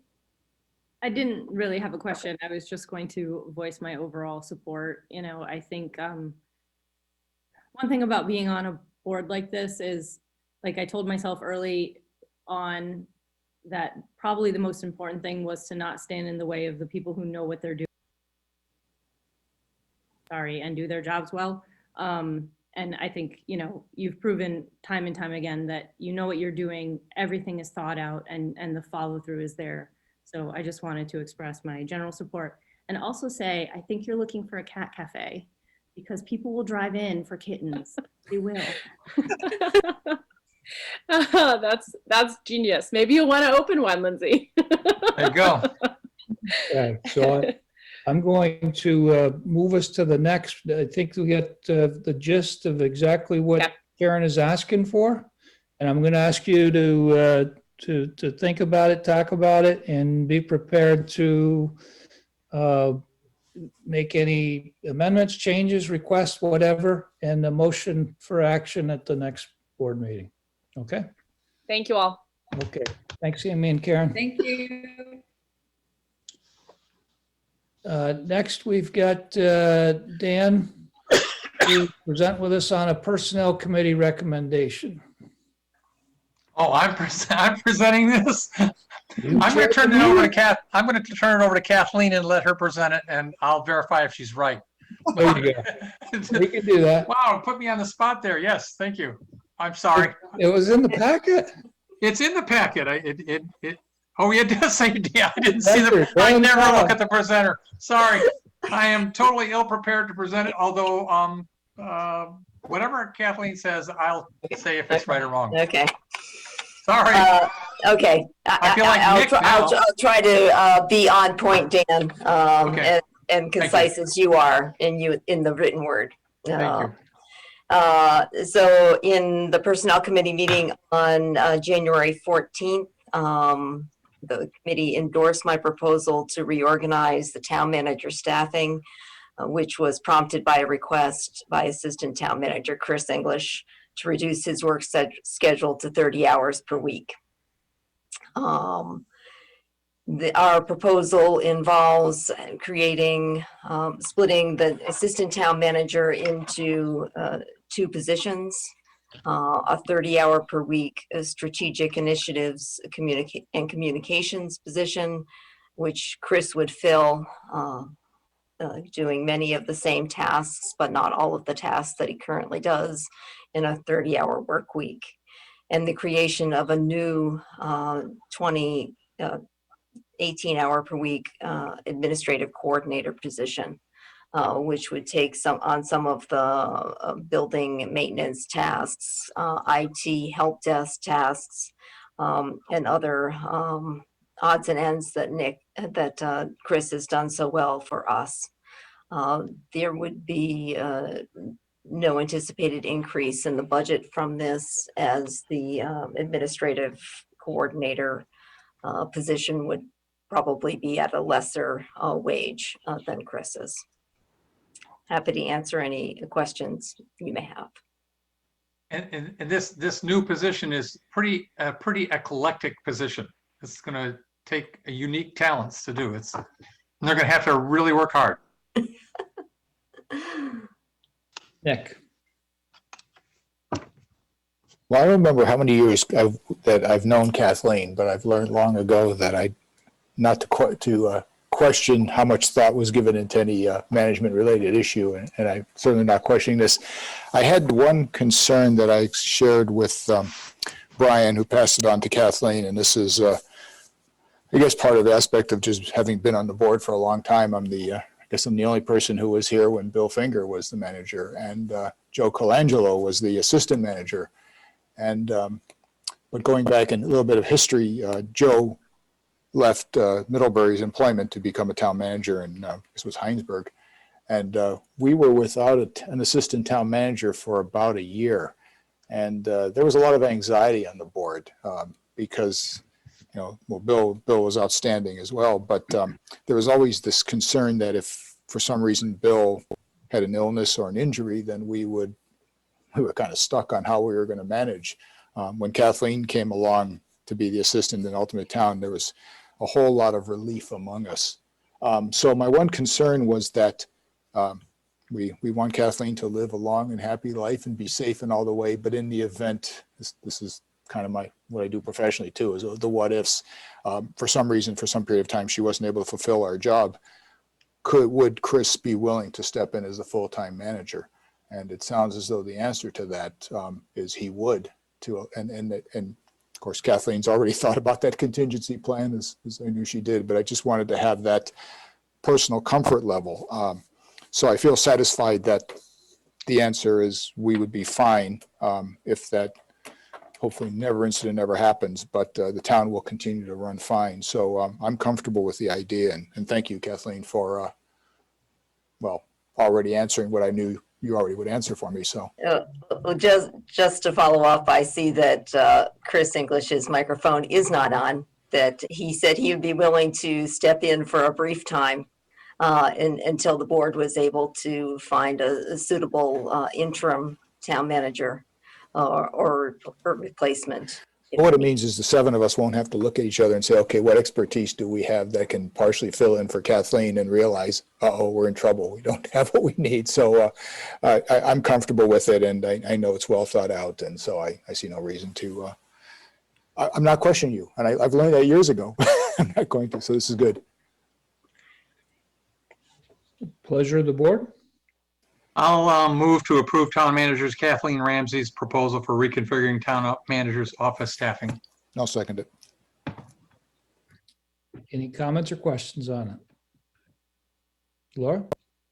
I am stunned by the list of tasks between these two positions, like absolutely stunned that one person was doing all of that.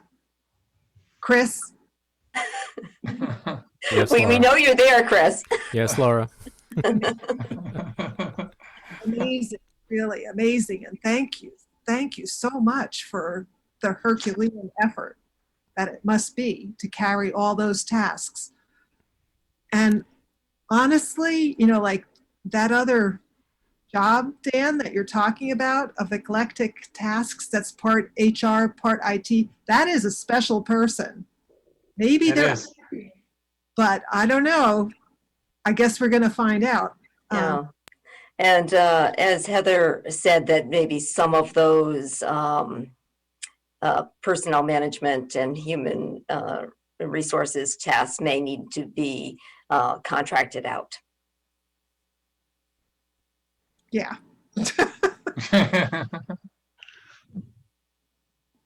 Yeah, and I don't know who else is in like Beth, I don't know what her tasks are in the future there, like, and I don't know how things are being configured.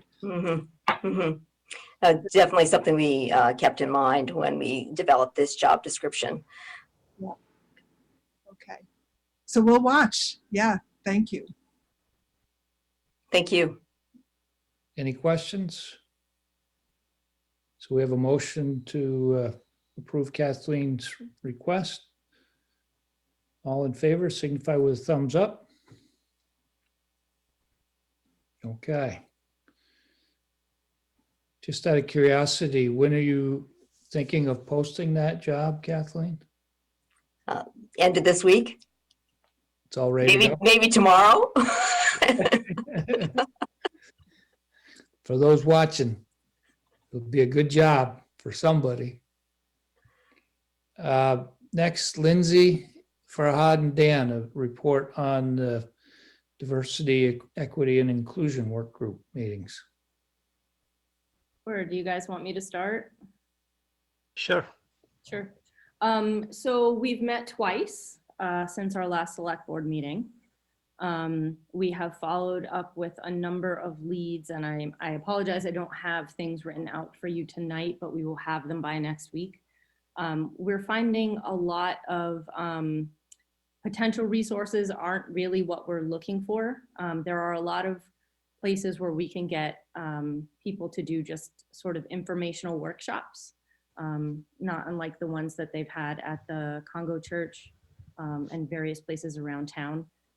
But if we're looking for people who can really work with us and get to know us personally and focus specifically on the town, then it's a pretty short list.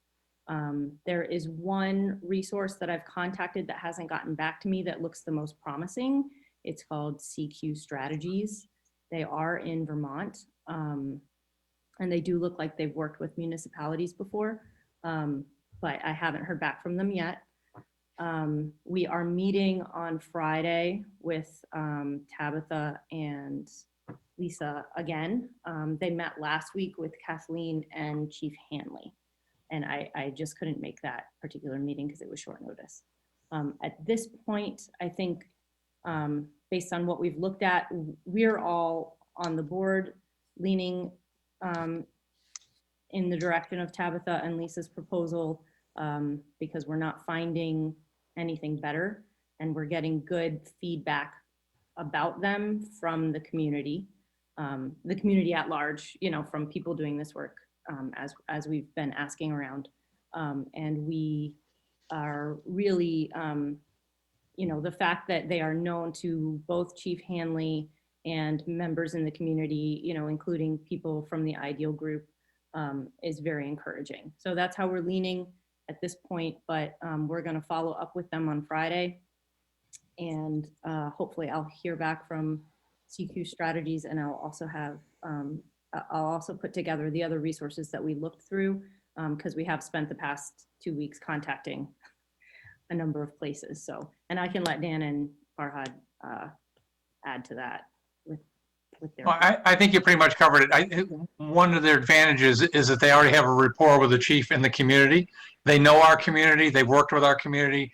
So there's already a lot of investment in them. That's a learning curve that they're not going to have to go through. And what Lindsay said, I know Lindsay and Farhad have done a lot of checking around, and they seem to be very, very highly recommended and do have experience in other communities. Farhad first. Yeah, just to clarify what Lindsay started saying, we narrowed down to two different things that we were planning to do. One was to see if there are any other resources in our area besides Tabitha and Lisa Ryan. That was one thing. The second thing was the actual contract we got from them.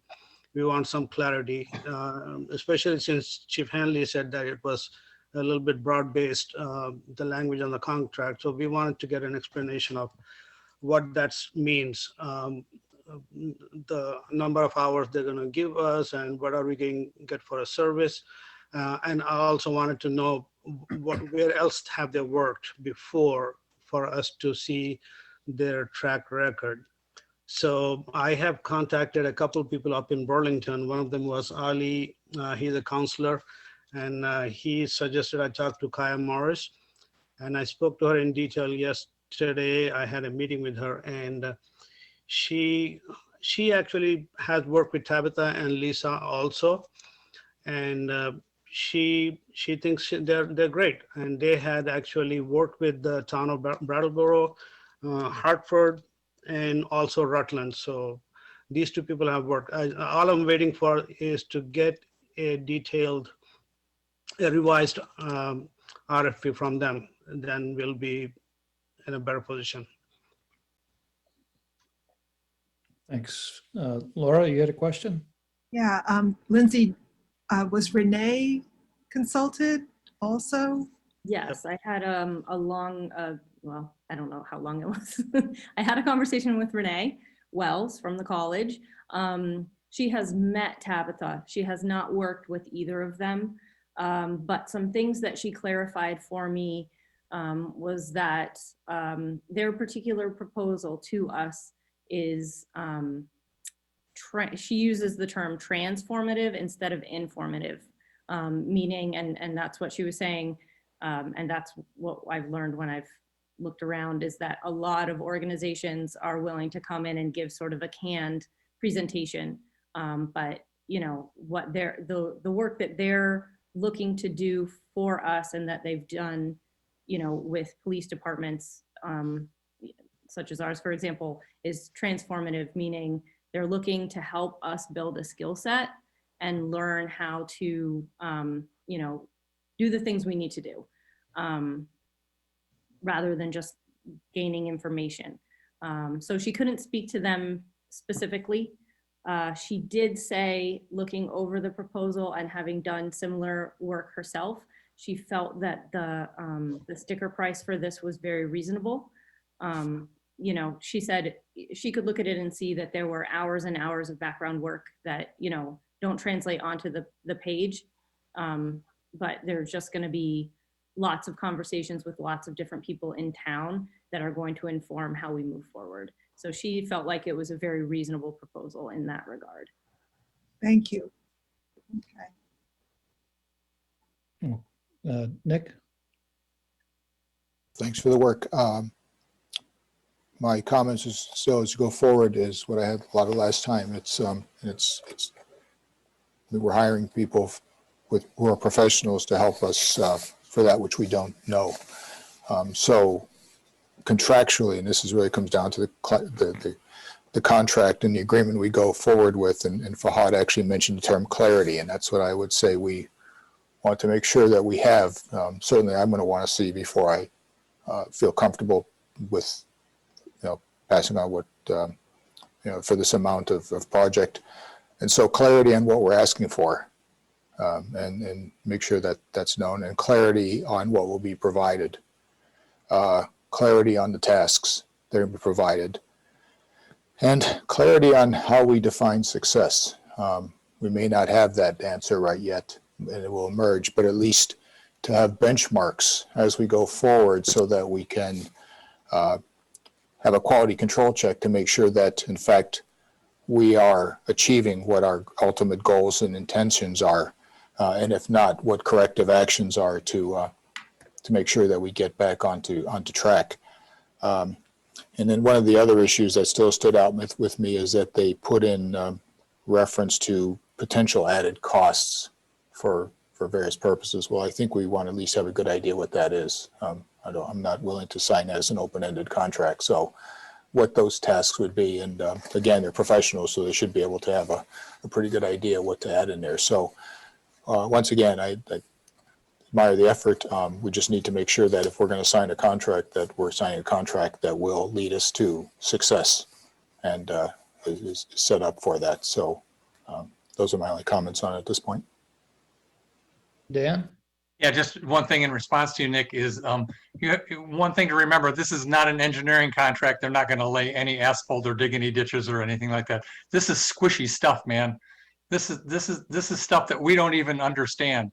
I'm not even sure how to quantify the goals except to be a better community. So to come up with measurements and everything. So again, it's just really soft. It's really soft stuff. This is pure consulting. Almost every And project. again, a lot of consulting things you don't. When you get consultants, you don't get a list of what you're going to get from a consultant. It's a consulting effort. So Almost every project I start on, and this is the engineering, but it's true whether it's creating a new business or whatever, is that you try to get a good, it is the squishy stuff. It's what are we trying to achieve? If Victor was here, he'd probably say it's the philosophical aspect. What are we trying to do? And you cannot have a situation of here's the solution, what's your problem? And so I want to make sure that we at least have, and yeah, it's squishy, but at least there should be some clear thought as what we want to ultimately achieve. We want to make things better. What does better look like? What does better mean? How do we make sure that we correct things that weren't done right in the past and we don't do it again in the future? And so phase one is always the squishy stuff, but even squishy stuff has to have some degree of focus. And so that's all. I'm comfortable moving forward, but again, we need to make sure that we're spending the taxpayers' money, and we need to make sure as this board that we can go to any taxpayer and says, yes, we are doing good. We are confident in what we're doing. We know that we've hired the right professionals, and we're going to do the good thing. And right. as long as we can all say that, then I'm all for it. I agree with you on that. It's just, it might be difficult to see something when we're done. It might be feeling something or understanding something or having an idea where we're going to go in the future. And so that's success, that would be success. Right. Okay. Right. Yeah, I think we on the committee were all in on the working group, we're all in agreement that the fact that Chief Hanley feels good about this and the ideal group feels good about this. I don't think we're going to get much better than that. And I think, if we're at a point where everybody feels good going into it, those outcomes, whatever they may be, are going to be better if everybody's coming to the table feeling like this is the right thing. So, to that end, Nick, also, I wrote down your questions, and you're also welcome to come to the meeting on Friday if you're around. I wrote down what you said, but you always express yourself better than I would. So, See, not to close the door on Nick, but we want to be sure that there aren't 4 select board members there. Well, that's true. Well, and actually, yes, that's correct. So thank you for the invite. I will trust you doing well. And the fact is, I trust all 3 of you that if you come along, and as well as great respect for Chief Hanley, and if all of you come forward and say, you know what, this is the right approach, then I agreed along with the rest of the board to put all of you in this position because we want to shake out that information so that I can be a better educated consumer, if you will. And if the 3 of you come along, as long as Chief Hanley says, this is the way to go, then I'm not going to dispute that. So I won't be there, Nick. I won't be there, so you're free to join. On Friday, I won't be able to. So there you go. What time is it? Noon. Yeah, okay. I already have that time recommitted by the people I work for. So thanks anyway. That's all right. Okay. I think that we're ready to move on then to the next item on the agenda, which is finalizing the warning for town meeting. And have you heard, Kathleen, if all townships are ready to address the Ripton school situation? You're on mute. We've only heard from 5 out of 6 towns still, but hopefully we can move forward based on that basis, get that 6th town to reply. So I guess the proposal would be to have the town or the select board approve the warning with the addition of the ratification of the town of Ripton's January 12th vote to withdraw from the Addison Central School District to the warning as Article 4 and as displayed in your packet. Okay, and then you would just pull it if we don't get all towns. Right. I think we should, if we have to change the warning, the board should get together really briefly at the end of the week Okay, to make that change. That would be this week. But maybe we could do it in the afternoon if people are available, or early evening. we would just need a quorum, and it would only be if we can't ensure that all towns are voting on the same day. So our vote would be for not. And it might confuse townspeople voting multiple times on the same issue. So What is the ultimate purpose of this vote? If 5 towns vote yes and 1 doesn't, or 4, can this block what Ripon wants to do? That's my understanding. Okay. according to the rules, we all have to agree with it. I don't know if they could then ask for another, put some pressure on that town and have another revote. I don't, the process after the first vote, I'm not sure of. Okay. Am I right in understanding, I mean, this is just for my own personal whatever, am I right in understanding that they would retain the facilities? Like the facilities would leave ACSD? Like this? I don't know any of the details of that.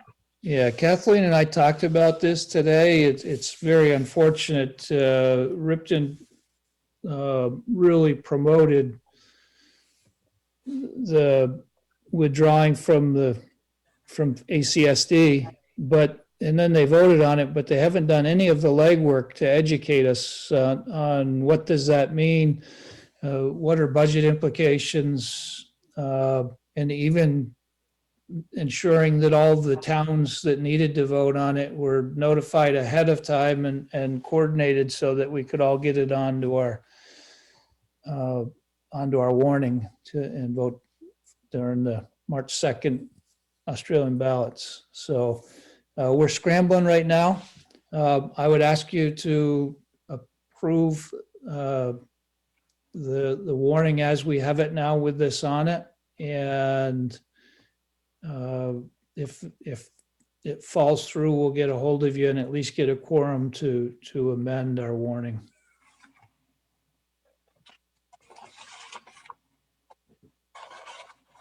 If there are questions, I'd like to entertain them. Otherwise, I'd seek a motion. I move that we approve the town meeting warning as drafted. Second. Draft 4. Draft 4. Okay. Any questions on that? Seeing none, all in favor, signify with a thumbs up. Okay. Kathleen, update on the budgets? Yes, I included in your packet this time some year-end budget projections, which show that although we will be projecting at this point about a $200,000 under expenditure, expenditures of $200,000 less than budgeted. We're also projecting some revenue will be less than budgeted as well. Looking at these numbers, are about just $290,000 under budget in revenue and $204,000 under budget and expenses. So that's about $100,000 difference, with the note that this is all just an estimate at this point, depending on what happens with the economy as far as local option tax receipts go, property tax receipts. But to note that we would be tapping into our fund balance, our previous year's surplus, for the first time in a long time, we've always finished well in the black, so we haven't needed to tap into the fund balance, but are budgeted for just under $400,000 to come from the fund balance, and we will most definitely be tapping into that this year. I guess this is that rainy day, isn't it? And always to note that while this analysis shows the Public Works Department coming in on budget, which it is currently, we still have a couple of months of winter to go.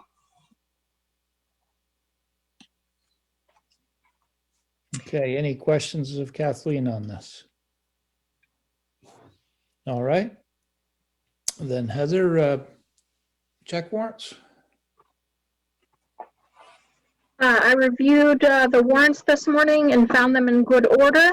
So under the authority granted by the Select Board on April 28th, 2020, I move to approve total expenditures in the amount of $5,093,310.78, consisting of $4,988,799.45 for accounts payable and $104,511.33 for payroll for the period January 13th, 2021 through January 26th, 2021.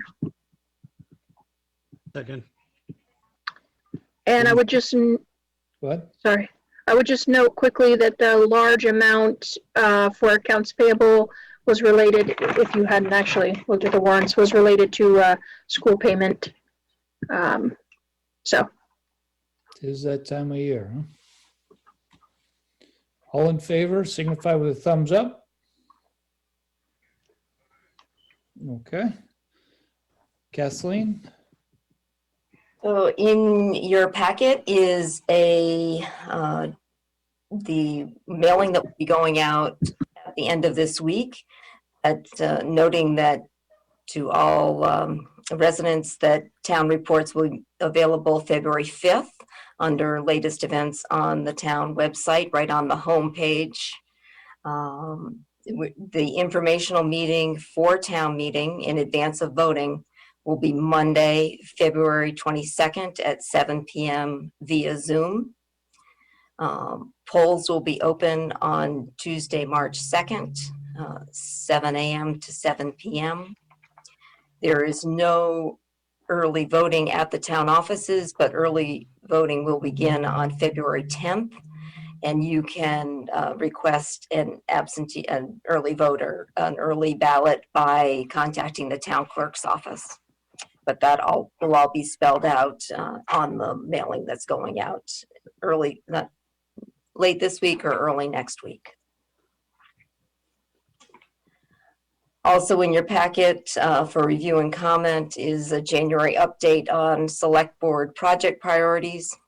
While the list of project completed in the face of the pandemic in 2020 is impressive, the slate of infrastructure projects, policy and regulatory discussions, and community-driven initiatives that will be demanding the board's attention in 2021 is daunting, to say the least. Some difficult decisions lie ahead about how to prioritize this work, given the reality of our limited staff resources. And then finally, current correspondence, January 26th, is also in your packet. Thank you, Kathleen. Are there any questions of Kathleen? Laura? Nice job on the mailing. Is that going to be like a half-page postcard? Yeah, we're going to do a bigger than usual 5x7, I think it is. And then on the other side, I don't know if you've thought about how the other side is a marketing opportunity, say something nice or positive, or just review some important information. I'm not sure what it would be, but I'm just thinking about that for the other side.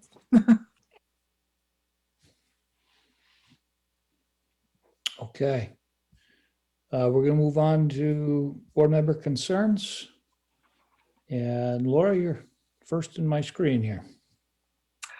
It's almost February, and guess what? You know, there's a winter biking challenge and walking challenge. You can win some cool prizes from Go Vermont, including certificates or little other socks, things like that. You know, so I know that kids in school are also being encouraged to get outside, and it's very exciting actually to see that even though we don't have walk and roll to school days because of COVID right now, that we do have a lot of families that are walking and biking to school, which is fantastic. And of course, we see a lot of us, more of us out there too. And so I just wanted to let you know that you're invited and encouraged to keep doing that. And of course, let us know if you're seeing anything about our sidewalks, and help us keep those clear. And thank you to Public Works for keeping those clear, especially in February. Thank you, Laura. Heather? I don't really have anything other than just a quick thank you to Kathleen and the department heads. I really liked the analysis that they did of the budgets. I really found those helpful to review. So just a quick thank you. Thanks for taking the time to put those together. Thanks, Heather. Lindsay? Yeah, I guess I just thinking about priorities going forward and major projects. I'd love to get some feedback from department heads about, you know, what feels like is pushing them over the edge, or how much they can feasibly handle in the year. And I'm not really sure how exactly to word that, but I'd love to get feedback from them. That's it. It might be something to ask Kathleen before we do our strategic planning offsite after town meeting. Nick? Actually, Lindsay, I think you asked it exactly the way it should be asked. But I have nothing else to add tonight, so thanks. Dan? Just a shout out to Farhad. That was a really nice article about him and his family and his business in the Addy. As I told him this morning, who knew? Geez. He's giving autographs. Thank you, Dan. Yeah, even I didn't know 25 years is a long time, but we made it. And thanks to the community, actually. I always say that people think I'm nice. I'm just a reflection of the community I live in. I think I believe that. But I also want to thank Lindsay and Dan for being part of this DEI group. And thank you, Brian, for asking me to be on the group. We are very, very focused, and we are, like Dan's word, concise. We do things. I enjoy working with them. We are respectful of each other. We give each other opportunities to talk. Thank you for that. Thanks, Rod. I have two things I'd like to share. First is today it was a fun day to mark at our business. 25 years ago today, Mrsadovchina and his family immigrated to the U.S. from Bosnia, and he had been here in the U.S. close to a year when I found him and hired him, and he has worked with me for over 24 years. And so we had a pizza party and celebrated 25 years. He studied and became a citizen and has raised his kids. They were all scholars, and they're all doing great. So anyways, it's... Are you talking about Mirsad? Mirsad. Oh, I know him well. He's a great guy. He is. Yeah. Yeah, we've worked together for over 24 years, and so it's stories like that are really fun to celebrate and you know make us the country that we are. The second was just my thoughts on going back to the BMP's proposal, and it's trying to, how do we pull all of our efforts together? So it's just it's begging the question so to be thinking about, and how do we pull all of our efforts together so that we're all working? We've done a downtown master plan. One of the things that we have talked a little bit about is coming up with our vision statement, and the town's promotions, the BMP's promotions, all of our promotions, so that we're in concert and timing wise, the timing of that. So things to think about as we come up with the town's support to it as well. We do have to follow up on one of our executive session situations from the last one. So Heather, can you bring us into executive session? Sure. Give me just a second. Sorry. Here we go. In accordance with Vermont's open meeting law requirements, I move that the board find that premature general knowledge of the consideration of contracts and legal matters would clearly place the select board at a substantial disadvantage because the select board risks disclosing its litigation strategy if it discusses the contracts and legal matters in public. Second. All in favor? A thumbs up. I further move that the board enter into executive session to discuss contracts and legal matters under the provisions of Title I, Section 313A1 of the Vermont statutes. Second. All in favor? Thumbs up. Okay, we're moving into executive session at 9:21.